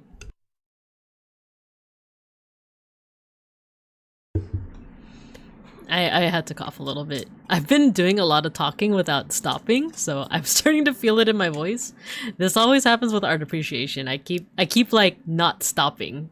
It's not the fact that I talk a lot, because I talk a lot when I teach too, but it's the fact that I'm just like da da da da da da da da da da da without like giving myself some like time to breathe, woman, breathe. I'm just so excited about everything. I don't know. I'm just so excited about this art.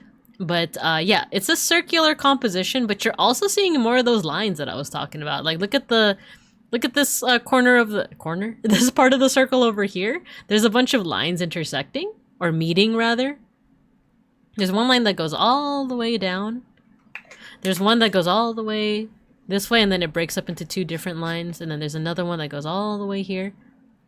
But all these lines form different parts of the piece. So for example, this line forms a part of the horse's face, and then the I don't know what this is called, the girdle, like the like part of this the thing that the horse bit, I think, right? The horse bit. And then it goes down into like the horse's leg. This part over here forms like this edge of the horse's face, down to this woman's armor, down to like the other part of her leg, and down, down, down. So you see a lot of, it feels like, this is kind of presumptuous of me, so I don't know if this is what it is for sure, but it seems like Georgi Kurasov like makes the shape first, makes all these intersecting lines, and then draws the image around that. So that like the geometry is still there, but they also still make like an illustration out of it. So that's pretty cool. What else? What else? Oh, this is another really cool one. This is another really cool one. Oh, it looks like the link, the pinned comment expired, so I'm gonna go ahead and pin this guy's website. This is Kurasov's website. I'll pin it here if you want to see some more of his art. Pin this. Oh, I'm not able to pin. Maybe OBS will let me pin. There you go. This is another fantastic example, and I love that the comment section is commenting on the dog. On this Minecraft looking dog over here.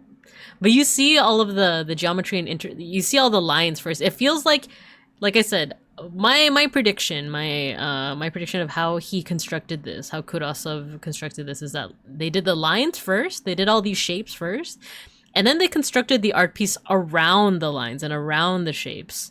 So that's why you see like this perfect intersection of like the edge of this arm with like the top of her shirt. You also see like this line that intersects down into like the beginning of this armlet, down into like this part of the dress, down into the leg, down into the design on the floor.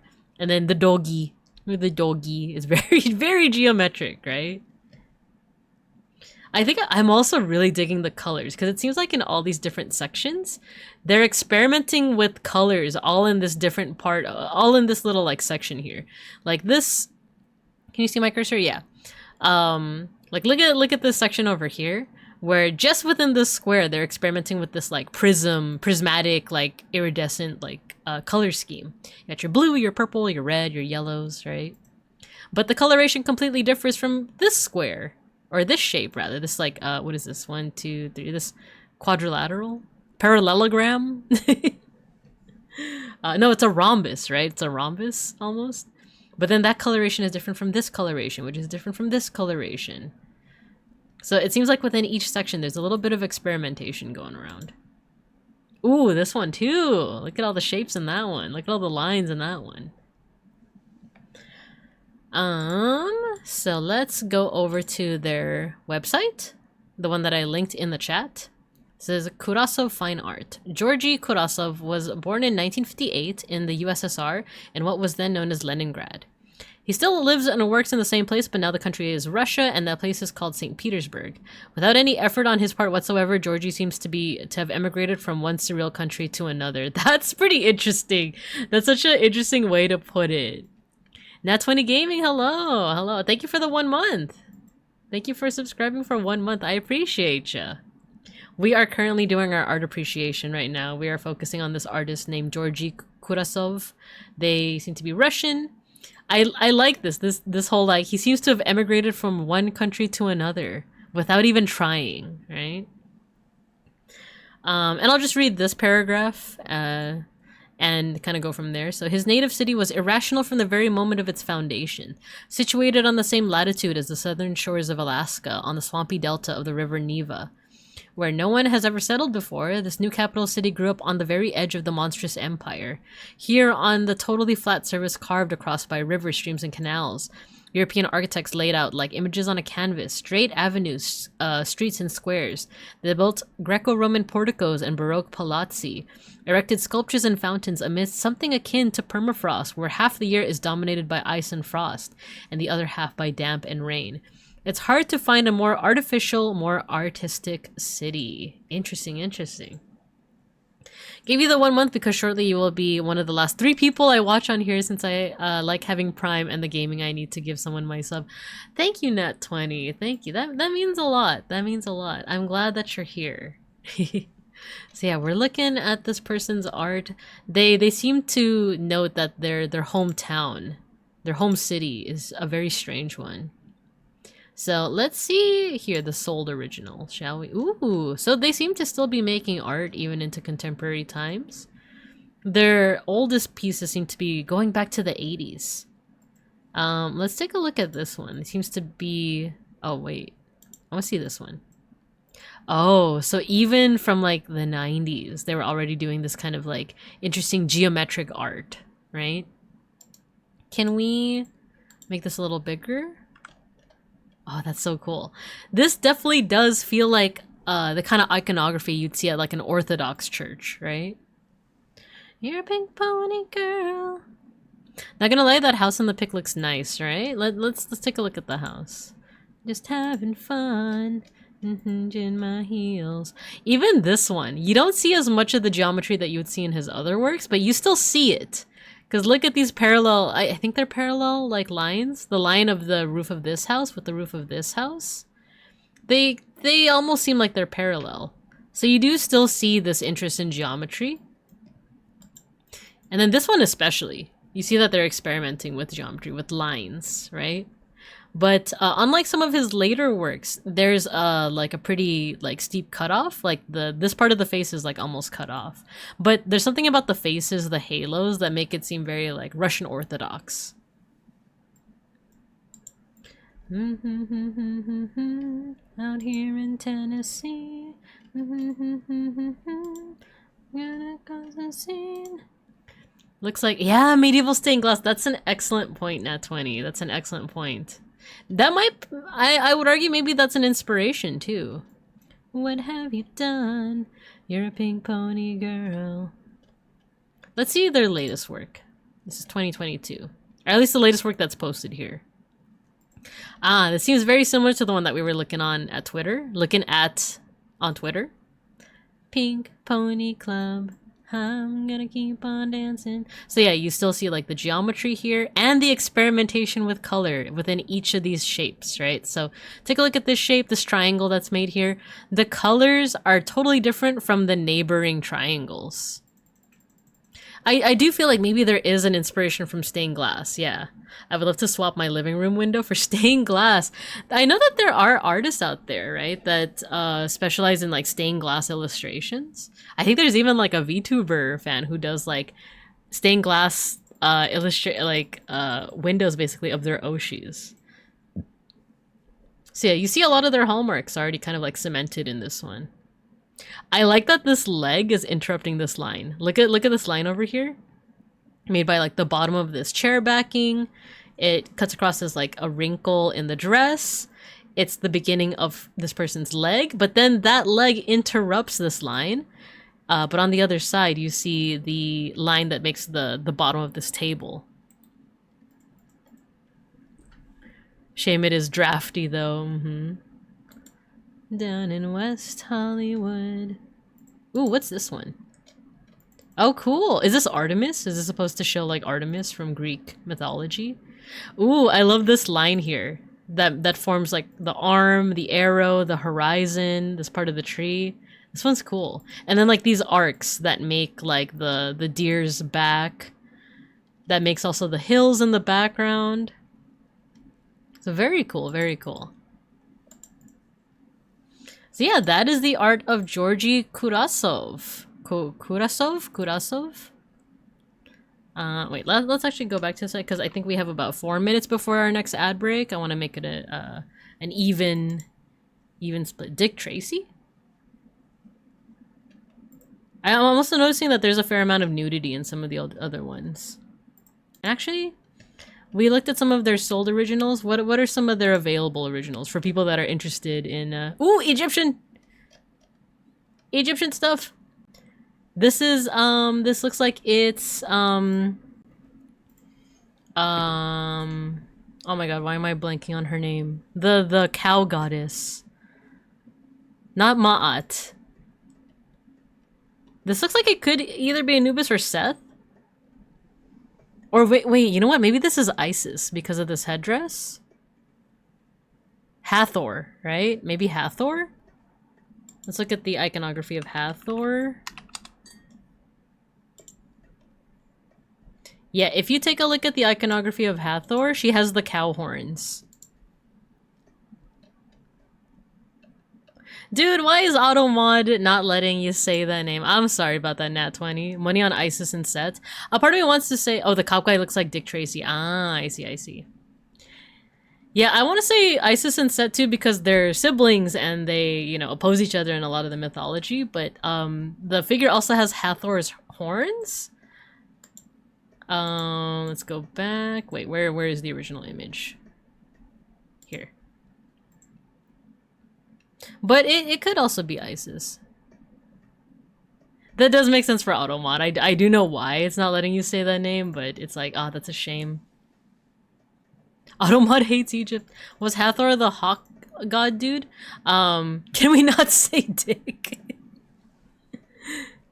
No, it's Isis, yeah. It'll allow for Dick. It won't allow for Isis because it unfortunately shares a name with a infamous group. But Hathor... No, Hathor is the cow goddess. You're thinking of Horus. Horus is the hawk, is the hawk deity.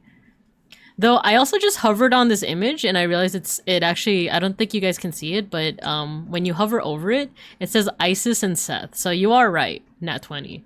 This is actually Isis and Seth. It just so happens that she's wearing the headdress of Hathor.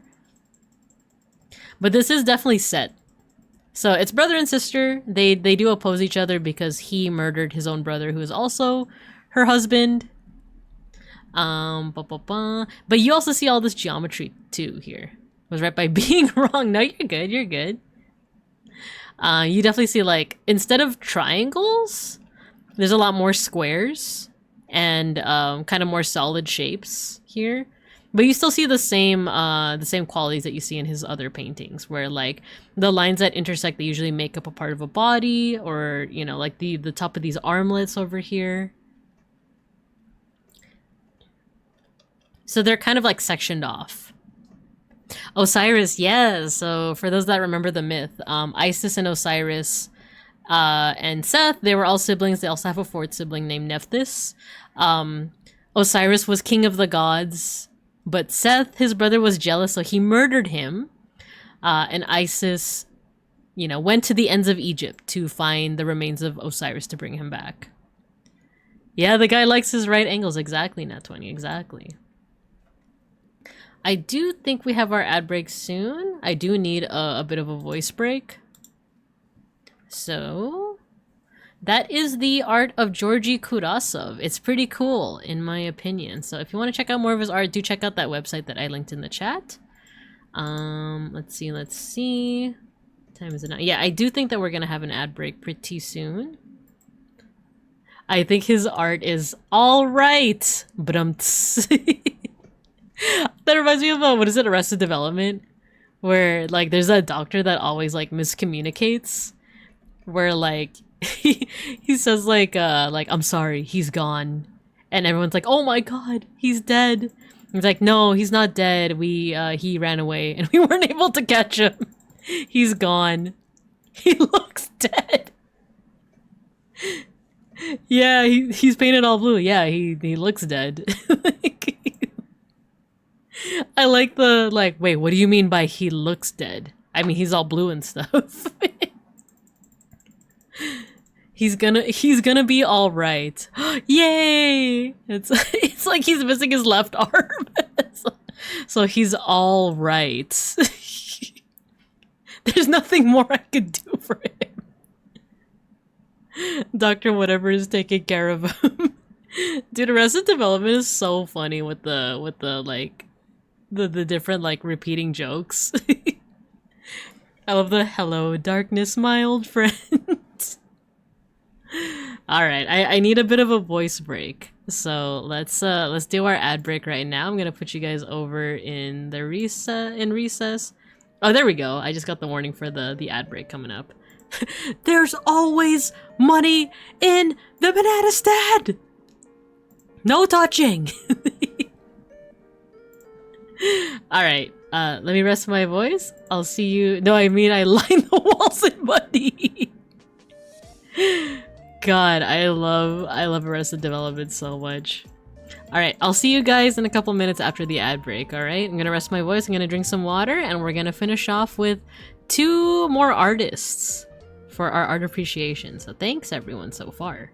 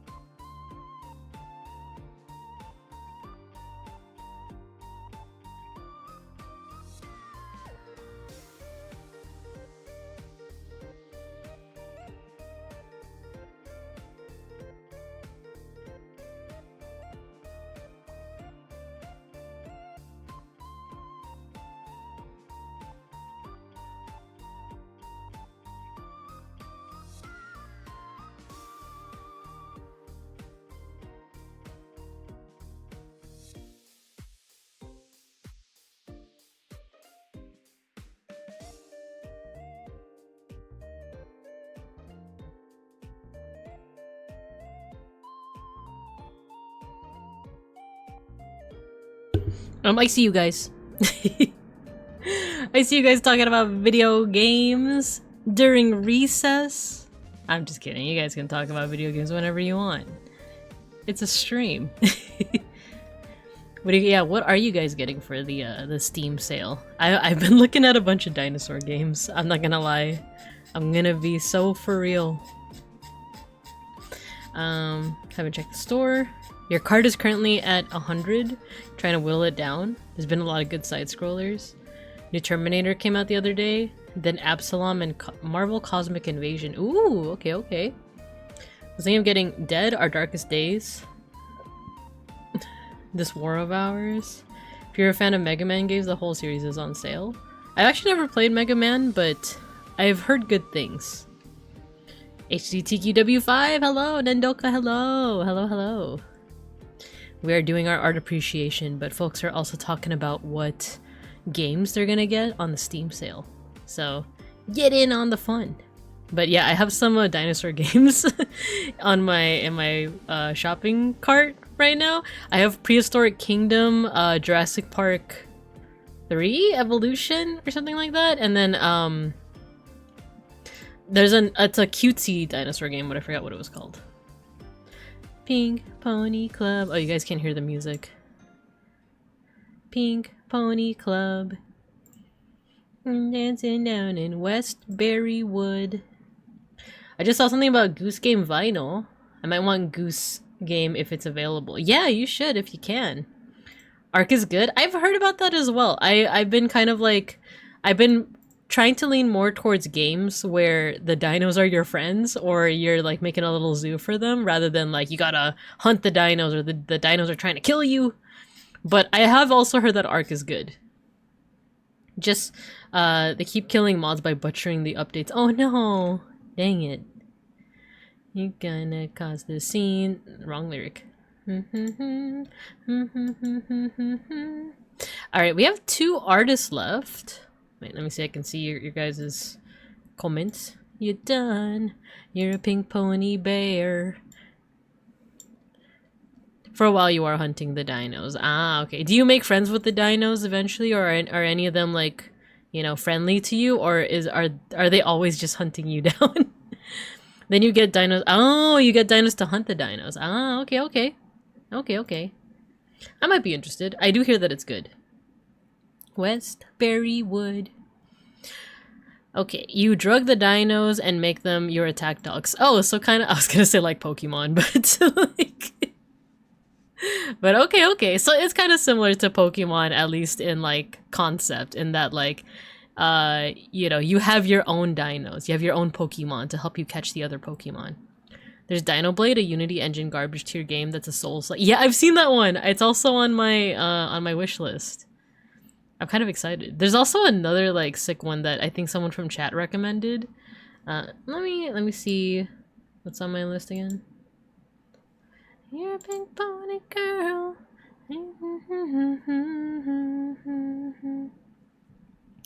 Just having fun. Yeah, Prehistoric Kingdom. Kyoryu is another one. It's not out yet though, but that seems to be a cool one. Amber Isle is the other one that's in my my whatchamacallit, my wish list. Jurassic World Evolution is another one. Merrick, hello, Merrick Ishtar, welcome, welcome. Thank you for the raid. You're playing Star Wars Republic Commando. Yo, how was that? How was that? How you doing? Thanks for joining in. We're at the tail end of doing art appreciation. We have 2 more artists that we're going to be looking at, but we also started talking about the Steam sale, about what people are buying on the Steam sale. I'm like back in my like dinosaur hyperfixation, so I have a lot of dinosaur games. Yeah, Jurassic World Evolution 3, Prehistoric Kingdom, and Amber Isle so far. But I also have this like really cool looking low poly game called Angeline Era in my cart as well. It like scratches that itch of like old like Square Enix games or Square Enix adjacent games like Legend of Dragoon, Legend of Legaia, you know? What else do I have? There's a game called Dino Cop, but I don't know if I want to get that one. Hello Kitty Island Adventure is also on sale. Same with let's see. Chef RPG I was also interested in. So far that's it. Also, how you doing? How you doing, Marikishtar? If you have to raid and run, same with the folks that came with you, no worries at all. But if you want to stay with to stay for some art appreciation, no problem at all. We need some education coming in from a war zone. Yeah, no problem. We got you. We got you. Hey, Gerziggler. Hello, hello. Yeah, thanks again for the raid, Merrick. Jurassic Evolution. Howdy, raiders. Yeah. Hello, hello. There is a Jurassic Park world where you make a Jurassic Park similar to... Yeah, that one I might want to check out. Actually, not far off. Swap Pokeballs for morphine. Poor guys. Check out Battle Chef. It's pretty cheap. Okay, I'm pretty down for that. Down more than I probably should have, but still had fun. Nice. There we go. As long as you had fun, right? Alright, let's go ahead and talk about our last two artists for the day. And then, well, we'll go from there. So, this next artist that we're looking at, their name is Agnes Pelton. They're from the 1930s. I don't know, have they passed already? Yeah, they passed that in the 60s. So they might not have their own website, but I'll link you guys to the Wikipedia page if you guys want to learn more about this artist. This is Agnes Lawrence Pelton. I'm gonna pin this. There we go. For about 20 minutes. Side-scroller beat 'em up with columns and Top Chef. I wonder if Beans would like that one, actually. But okay, so this is the work of Agnes Pelton. They're from the 1930s, and this is, I want to say, oil painting. And as soon as I saw their art, it looked very, the word that I would choose to describe it is ethereal. Almost like very heavenly, kind of like floaty.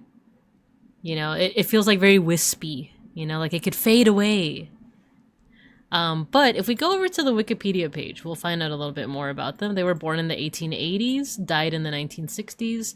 They're a modernist painter. Born in Germany, moved to the US.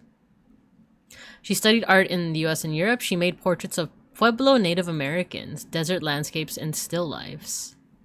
So yeah, if you look at their work, it's kind of like ethereal in a way. They're very wispy. It seems like they use a lot of like different layerings. Was that a bird or a feather? Let's take a look. It looks like it's a wing. Like not quite a bird, not quite a feather. I do see a little bit of the desert landscape inspiration. If you look at like the background of this, the background does look very barren. But not necessarily, like, unhospitable, if that makes sense. There's something very satisfying about it. It doesn't look like a place where you would, you know, starve to death or die of thirst, you know? But it does seem like a bit barren in a way. Did a feather just land on me? Looks like it could be a hill or a sand dune. Exactly, right? So yeah, there's a lot of like dark colors in the background, but they're illuminated by this wing, right? And yeah, it's a disembodied wing. Like now that I think about it, it's like, oh, where did the bird go? Or maybe this is just a single feather, right? Because feathers do have little like, you know, please pull your car forward. Looks like, oh yeah, sand, hill or a sand dune.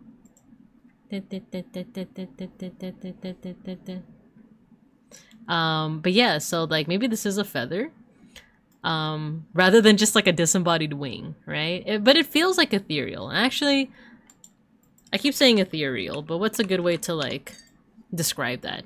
Extremely delicate and light in a way that seems too perfect for the world. So that's the actual like definition if you were to Google it. So it seems too perfect for the world. It's very light. Yeah, that's a good way of like describing it. Grease. I think this one was kind of what pulled me toward it. There is like a bit of like a delicate feeling to it. The way that they use light, they know how to use light in a way that makes it look like it's glowing, right?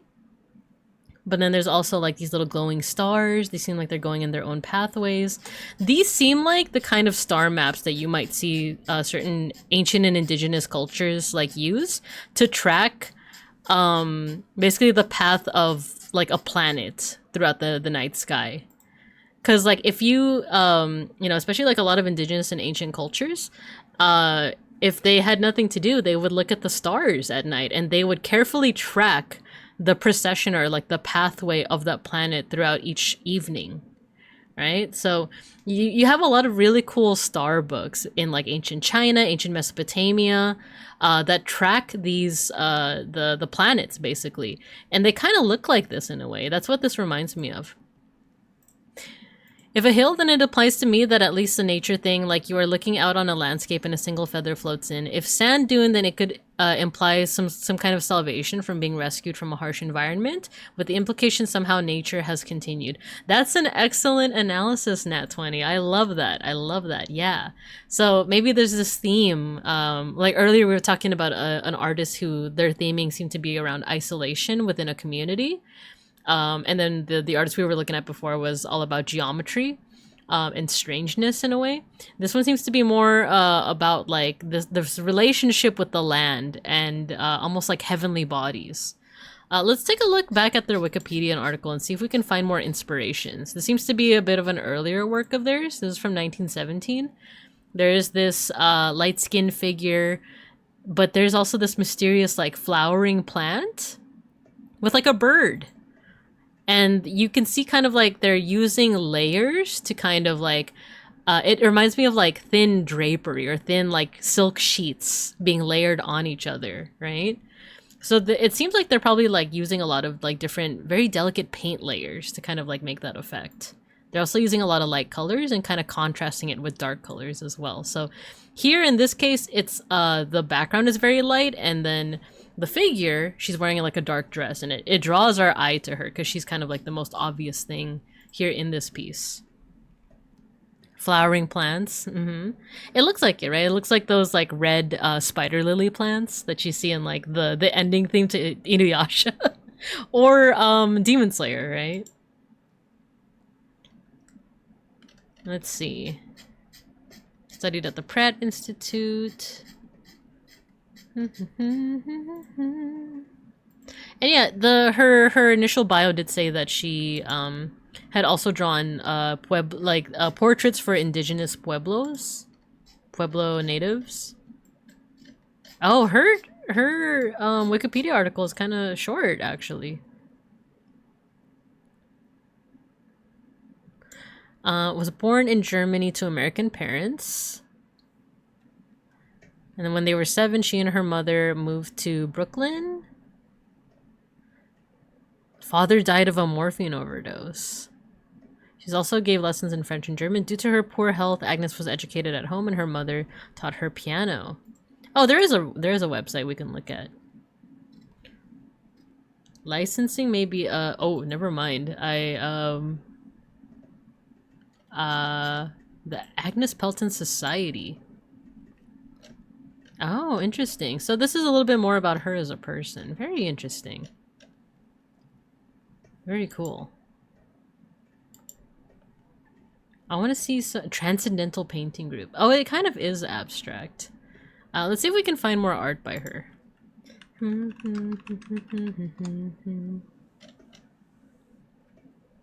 Here we go. Agnes Pelton, Desert Transcendentalist. Here we go. This is from the Whitney Museum of American Art. Actually, I'm not sure where that is, or if Whitney is like the place. Where is this at? Oh, they have a land acknowledgement. Very cool. Let's see. Agnes Pelton, Desert Transcendentalist. Oh, hi, Zako. I don't know why Automod did that, but okay, so let's see. Agnes Pelton, a visionary symbolist who depicted the spiritual reality she experienced in moments of meditative stillness. Art for her was a discipline through which she gave form to her vision of a higher consciousness within the universe. Oh, interesting. Some of that is some of that kind of makes sense in some of the artworks that we've seen so far.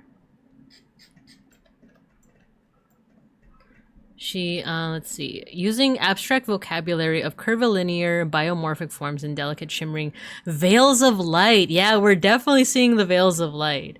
She portrayed her awareness of a world that lay behind physical appearances, a world of benevolent, disembodied energies animating and protecting life. For most of her career, Pelton chose to live away from the distractions of the major art center. First in Watermill, Long Island, subsequently Cathedral City, and then, oh, Palm Springs! I know where that is. Her isolation from the mainstream art meant that her paintings were relatively unknown during her lifetime and in the decades thereafter. The exhibition, approximately 45 works. Oh, okay, so this is an exhibit that kind of like highlights her. Egyptian Transformers, not that I remember any, but Michael Bay has to have made one by now. Wait, Egyptian Transformers? In Egypt? Interesting, interesting. Let's see some of the... Oh, audio guides. Art and artist. Oh, no.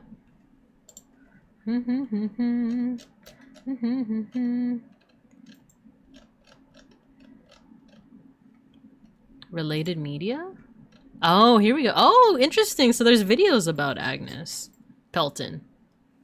Art and artist? View artist. Oh, here we go. We have some works here. Oh, these are fantastic. These are fantastic. Let's take a look at this. Ami in Egypt. Ah, I see, I see. So it's oil on canvas. Ami in Egypt is an oil painting on canvas. It measures 36 and 3/16 inches. It measures 91 centimeters. Okay, okay. I mean, if she passed in the 80s, surely someone captured something on some 80mm tape. Oh, yeah, yeah. No, actually, I think she passed in the 60s. Yeah, she passed in 1961. So right before the, like, really the onset of the 60s. But this is great. Like, the colors are very rich here. Like I said, you do see kind of like this influence of, like, desert, right?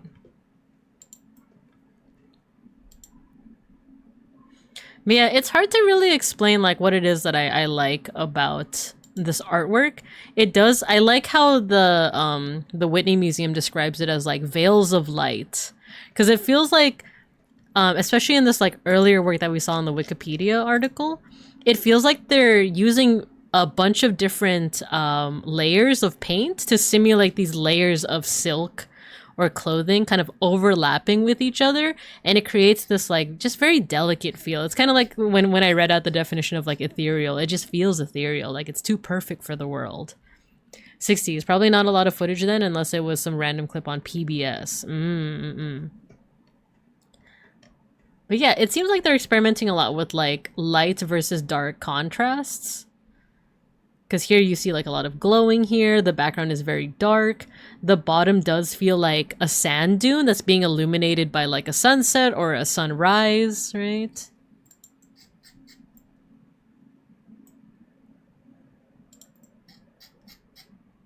Yeah, it does. I don't know. It just feels so very light. I like it.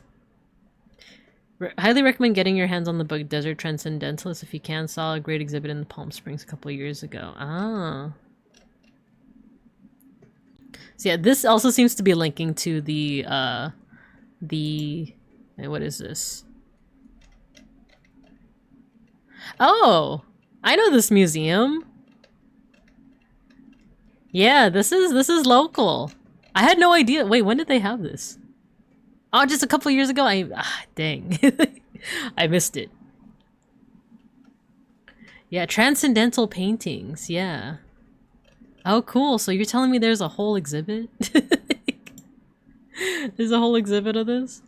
That one painting with the lady reminds me of the old style art from Magic back in the day when it was hand-drawn. Oh, yeah, let's take a look. This one, right? It does kind of remind me of it. I just love how soft the colors are. Oh no, I click zoom in and it's taking a while. I think that means that this is like a massive picture. Or? No, it's not. It's not. Yeah, I like that you can see the texture of, I'm assuming this is canvas, right? You can see the ooh, you know what? I'm glad we zoomed in because look, I didn't realize how, like, it seems like she has a shawl on her, or almost like, you know, there's a little bit of like translucent paint kind of like around her, because she looks like, the character looks like she's wearing like a black dress, but there's also a little bit of like blue transparency. It's almost like whisper thin on her with a little bit of yellow too. It's almost like a transparent shawl. Back when they commissioned oil painters. Yeah, I like the bird too. There's like a glow to it. These like soft baby blues, the pinks, the yellows. Like I said, it just feels like overlapping silk. Very soft, very delicate. I miss that old art. Yeah. I mean, Magic they haven't yet resorted to using AI gen images, right? Hopefully not, but I feel like everyone is falling for the trap of AI. But yeah, so that is the art of Agnes Lawrence Pelton. If you guys want to learn more about her, the Wikipedia link is in the chat. With that, I'm going to take another water break. I'm not going to go anywhere. I'm just going to drink some water, and then we're going to come back and talk about the last piece of the day, which is this piece that was recommended by beeplebees and made by Zar Zaliel. All right? Someone just got them in legal. No, they have used AI. Someone just got them in legal problems from it. Dang, that sucks. All right, I'm gonna take a short water break, so I'm just gonna step away for a bit, but I'll be back. We're gonna look at this last piece.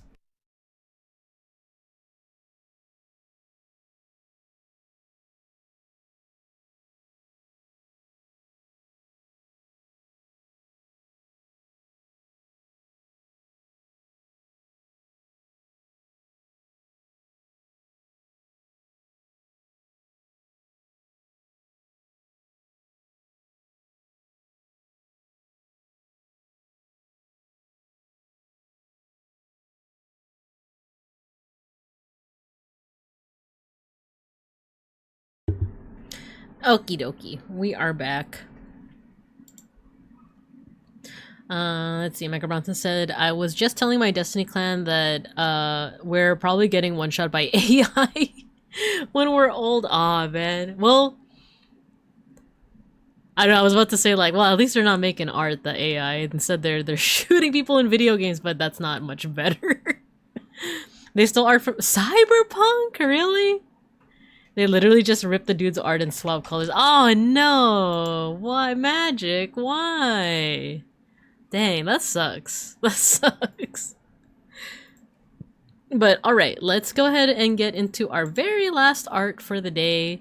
This is a very charming piece by Zar Zaliel. Let's take a look at their artwork first before we jump right into this one that was recommended by beeplebees. Silly Doodlery, open for commissions. Let's take a look at their works. Oh, interesting. Haunts. Oh, geez. Feels like someone skipped a step here. So kind of humorous, right? It's like, it's supposed to be a horse head, like those like mob flicks. But they forgot a thing. They forgot a step. Another common Wizards of the Coast L. Ah, jeez. It was a major card in the Commander project a while back, and due to the legal issues in card, the card cannot be made anymore and jumped to a high price. That's one of many. What is it, like, many such cases when it comes to like card games? Oh yeah, this person's art is pretty interesting. Is that an alien? Petting of the creature has been officially approved. I kind of like the captions in their artworks. It adds a little bit of like a humorous charm to it. A terminal case of childlike wonder and whimsy. No, it's terminal. You know what this reminds me of? There was art that I saw on Twitter a while back where it was like reimagining magical girls as being infected by like a parasite. And things like the anime eyes and like the shiny hair and like the magical girl outfit is all a result from the parasite. That's what this reminds me of, when you take like kawaii anime culture and you like, you know, make it grimdark and stuff. Sometimes it's done really well. Sometimes it's not. Yeah, and Larian Studios Baldur's Gate people just said that they're really? Jeez. Terminal magic and whimsy. Became a VTuber. Wasn't that the plot of Madoka? Yes. And Magical Girl of the End? There was also like that grimdark manga, like Magical Girl of the End. It was kind of like that as well, but the fan art I saw was a little bit more visceral with how they depicted like magical girls being like a victim of like a parasite. It was interesting. So let's go ahead and... Now, what did I tell you about that jar? This art piece. It seems very charming right from the get-go. Femininomenon! Femininomenon! Alright. Let's start off, since we're just looking at one piece for this last artist, let's do our usual, what do you see? Well, there's multiple strats that I use, but for this one, let's do VTS, Visual Thinking Strategies, which has 3 questions. The first question is, what do we see here? Oh, no. What's going on here? 2 is, what do you see that makes you say that? And 3 is, what more can we find? So first of all, what's going on here? To me, it looks like there is a magical jar of cookies that this person, wasn't meant to open. They opened the cookie jar and it overflowed the kitchen with cookies. And this elder-looking figure has come in and said, well, I told you so. I didn't want to say I told you so, but I told you so, you know. This is Strega Nona's cousin. There you go. Looks like a babushka killed the Wendy's girl. No. Twisty, hello. You're just in time. We're doing our last art appreciation for the night. I do like that they have the little stockings, the Pippi Longstocking stockings, the Wicked Witch of the East stockings, you know. Well, actually, did Pippi Longstocking have these stockings? I forgot. And then I think this is the best detail. The little cat, the little schnackery. Oh, so small. Look at the little schnackery. He's just like, oh. He's just like, whoa. So yeah, I said that it looks like some kind of enchanted cookie jar has flooded the room with all these cookies. What do I see that makes me say that? So first of all, you see this mountain of cookies, and on top of it is this cookie jar. The assumption is that, thank you for the big emote, Matthew. Meh! Mlem. I feel like no one knows Strega Nona these days. I'm thinking of Baba Yaga, but I have heard that term. Is that the that one childhood storybook? Strega Nona. I'm thinking of like that one childhood storybook with like the very... Yes! This one. I vaguely remember this from my childhood. I don't remember if like our class ever actually read it, but I do remember seeing it on the bookshelf. Let's see, what are you guys saying? Yeah, she has a magical pasta pot. Yeah. The one who cooks. So my overthought take, the kid is us getting to adulthood and thinking I can fill my kitchen with junk food. The babushka is us realizing why we can't stock the kitchen with candy and being disgusted with that knowledge. Yeah, it's kind of lighthearted, right? It's very lighthearted in that way. Let me see. So yeah, maybe this is like a reference to Strega Nona, right? And Big Anthony is her assistant, and he always wants to learn to do magic, but ends up flooding the village with pasta. Oh my gosh, this I mentioned this before, but I did have an idea that like I wanted to run by you guys, kind of related to like this idea of like storybooks, like Strega Nona. I have a lot of picture books, art books, books that I enjoy by myself, but also kind of want to share with you guys. But because these are books that I had paid for and that are copyrighted, I don't think I can just show them on stream, you know, because I also want the profits to go to the artist, assuming that they're a good art, like they're an artist that is hopefully unproblematic. So I was thinking of maybe having like Discord streams where we just look at these books together, whether they be like childhood like picture books like Strega Nona or Stella Luna or what is it, the one with like the fish, right? Or the Very Hungry Caterpillar. Yeah, like a reading corner. I think I did like propose, like I think I like told people about this idea and they're like, I don't know how many people would be interested in that, specifically for like kids books, right? Because it does feel a little bit infantilizing, but it's also, I feel like the overall vibe of my streams is also like a little bit of nostalgia, right? Simpler times, but also just appreciating these books for their artistry. We could talk about that, but I also have non-child like books, you know. I also have like just art books that we can appreciate together, you know. And plus I do feel like you don't necessarily have to be a kid to appreciate kids picture books, but just in case, I also do have a lot of art books. Like I have the art book of this artist, not, I would say she's famous, but Heikala, the like watercolor artist. I have her art book. I have an art book for a Japanese artist named Yoshitomo Nara. I got it when I visited the LA County Museum of Art a couple years back. Yeah, Heikala. I love Heikala's art. I have quite a few books that I would want to share with you guys, but I do want to do that over Discord, and then as well as, you know, recommend that you guys also purchase the books if you have the means for it, you know? I say that, but the only food I brought home with me was cookies. Cookies is good, though. Cookies are good. Could do a little bit on stream and just show off a bit of it, but do the actual book on Discord. Yeah, that's true. Ooh, that's a good idea, Nat20. That's a really good idea. That way, like, I give you guys a little taste of what you can see if you tune into the Discord, right? That's a good idea. I might do that. I might dedicate a stream to just showing you guys, like, these are the art books I have. If you want to see them in full, come to the Discord, you know? It's a good idea. So yeah, let's do that. That also means I should buy Straganona. It's been a minute. I do vaguely remember that story. But okay, so there's this enchanted cookie jar. The place is filled with cookies. You do see like a little arm and a little leg sticking out. It feels kind of comical in a way. Buried in cookies. What a wonder, right? You even see the charming little kitty cat. Like it looks like the cat just poked his head out. And he's like, meow. And it looks very lighthearted. If this was like she's being asphyxiated by the cookies, then I feel like this like elderly looking person would be a little bit, there would be a little bit more urgency. She'd be more like freaking out. Instead, she's just kind of standing there like, I told you about the cookie jar and you didn't listen. They kind of remind me of these cookies I had like ages ago. Ooh, chocolate chip. I bet they have the same taste.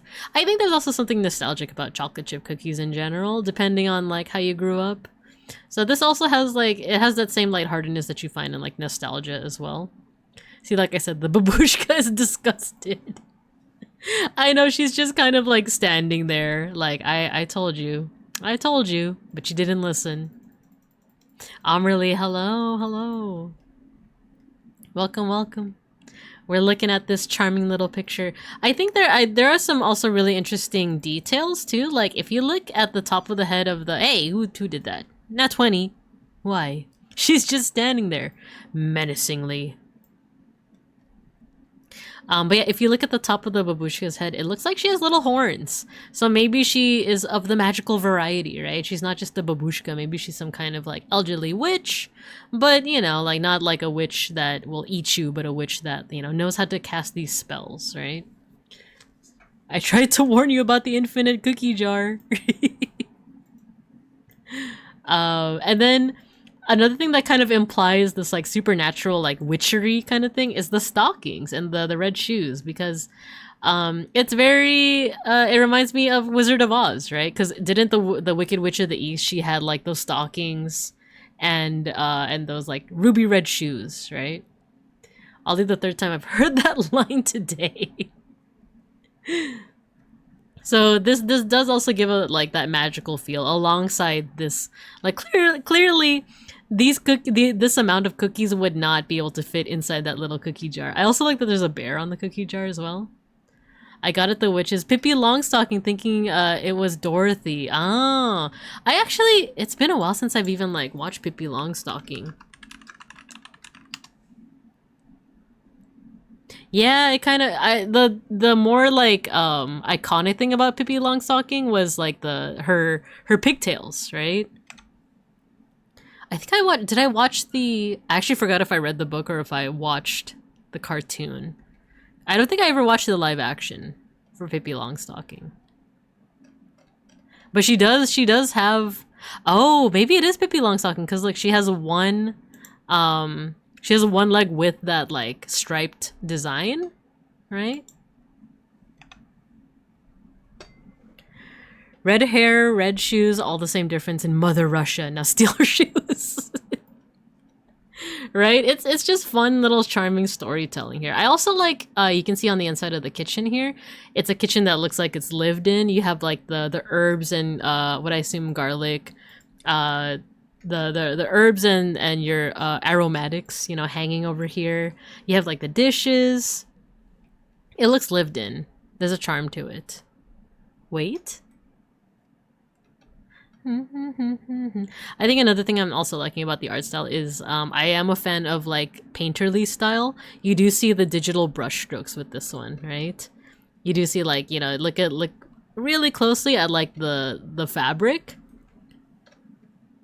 You know, this person didn't feel the need to do any what's it called, like blending here. They just kind of left it with like the paint strokes, and I really do dig that style.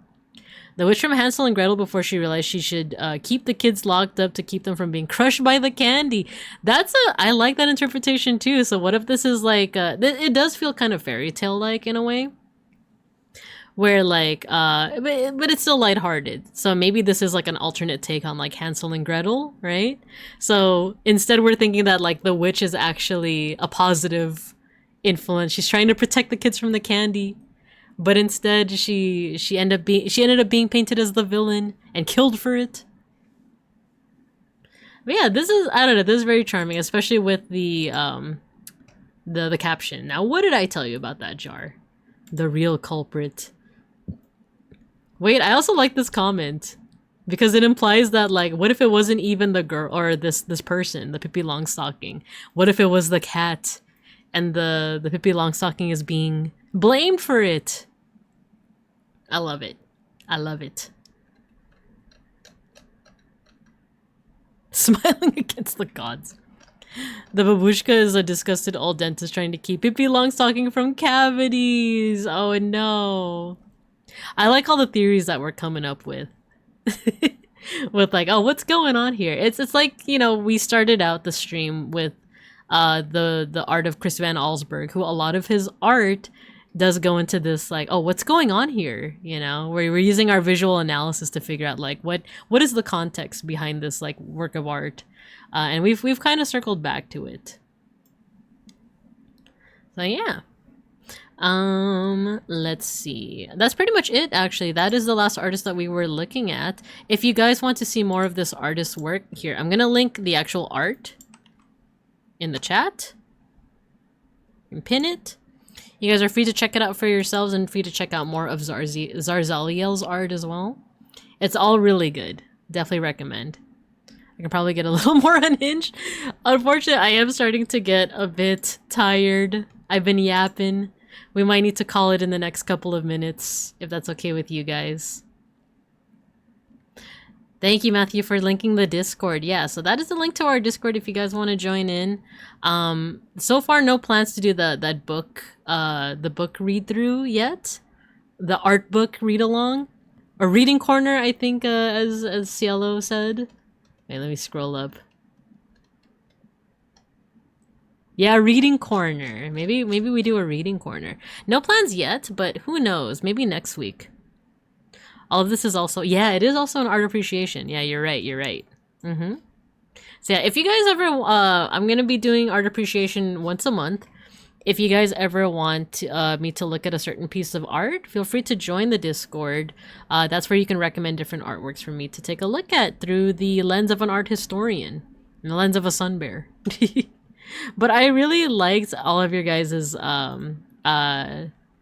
analysis, your theories. It's always fun to see what other people think instead of just me being like, here's what I think. Some random stream in the month, the babushka is trying to save Dorothy from Stalin. Anyao. But we will end off with a mosh pit though before we raid out.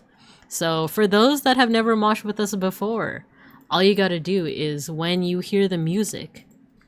Here we go. I already picked out a song. When you hear the music, feel free, or actually, you know what? Let me stop raids so that no one comes in while we're ending off.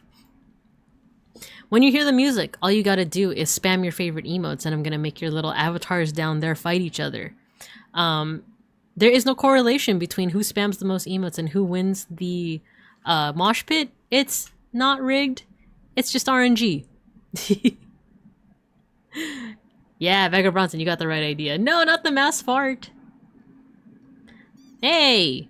Open up the pit. Okay. So this is a metal cover of Planet of the Bass. If you don't know the original song Planet of the Bass, it's like a parody of like European like techno dance. Not rigged. Says the evil babushka. I'm not an evil babushka. I'm a bearbushka. I'm a bearbushka. So this is a metal cover of that song. So once you hear the music, get to moshin. Oh wait. Here we go.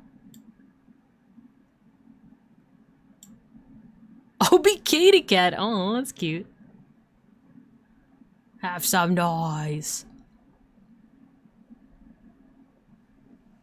Oh, this is the song that's like, women are my favorite guy. Bearbershka. Mm-hmm.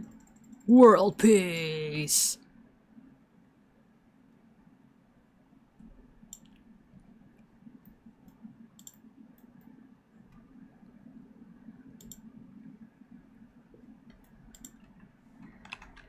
Mosh pit.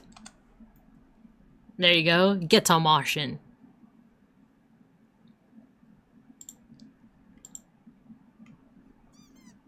Hey! Nat 20, how bear you?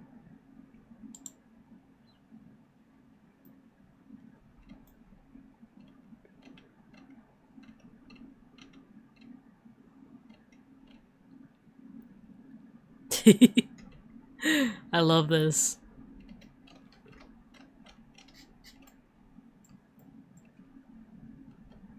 The dream. How does it mean? Who is this VTuber? I actually don't know. I'm actually not familiar. Is that Zentrea? I don't think it's Zentrea. It says their name is like Obi Katy Cat. The space, the planet of the base. You ready? It never died. Oh! Stop the war.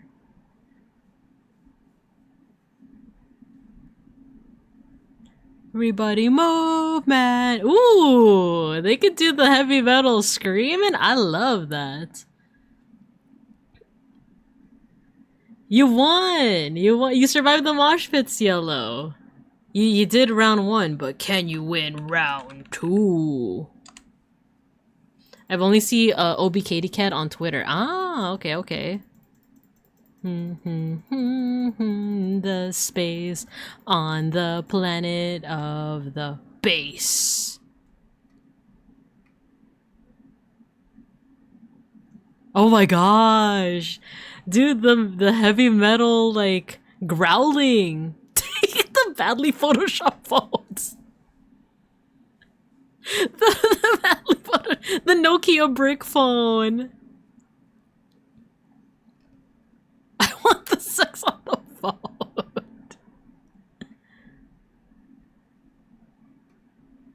Oh my god, is Cielo going for a twofer? Is she gonna get the back-to-back wins? Can it be? It is! Let's go. Cielo, the 2-time winner of the mosh pit. And guess what? We don't have time for a round 3. The what now? Pog! The second win. See, I'm telling you guys that it's not rigged.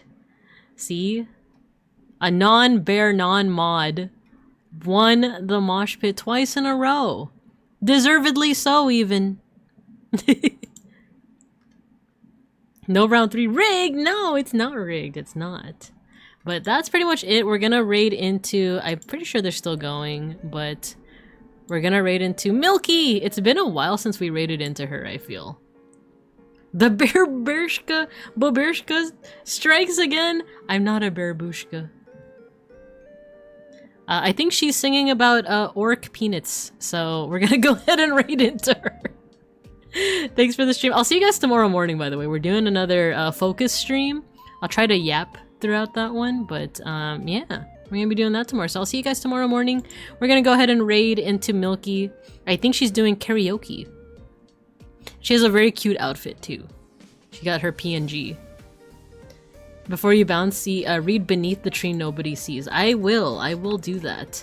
Normal Milky stream, it's true. So, alright guys, I hope you guys have a good morning, afternoon, and evening, and as always, I'll see you guys when I see you guys. Bye-bye, and thank you. As always, thank you for tuning in. It really means a lot, and I like that you guys are appreciating art with me. So with that, let us... Only 6 issues and amazing. Okay. Let's do it. Bear raid! Let's raid.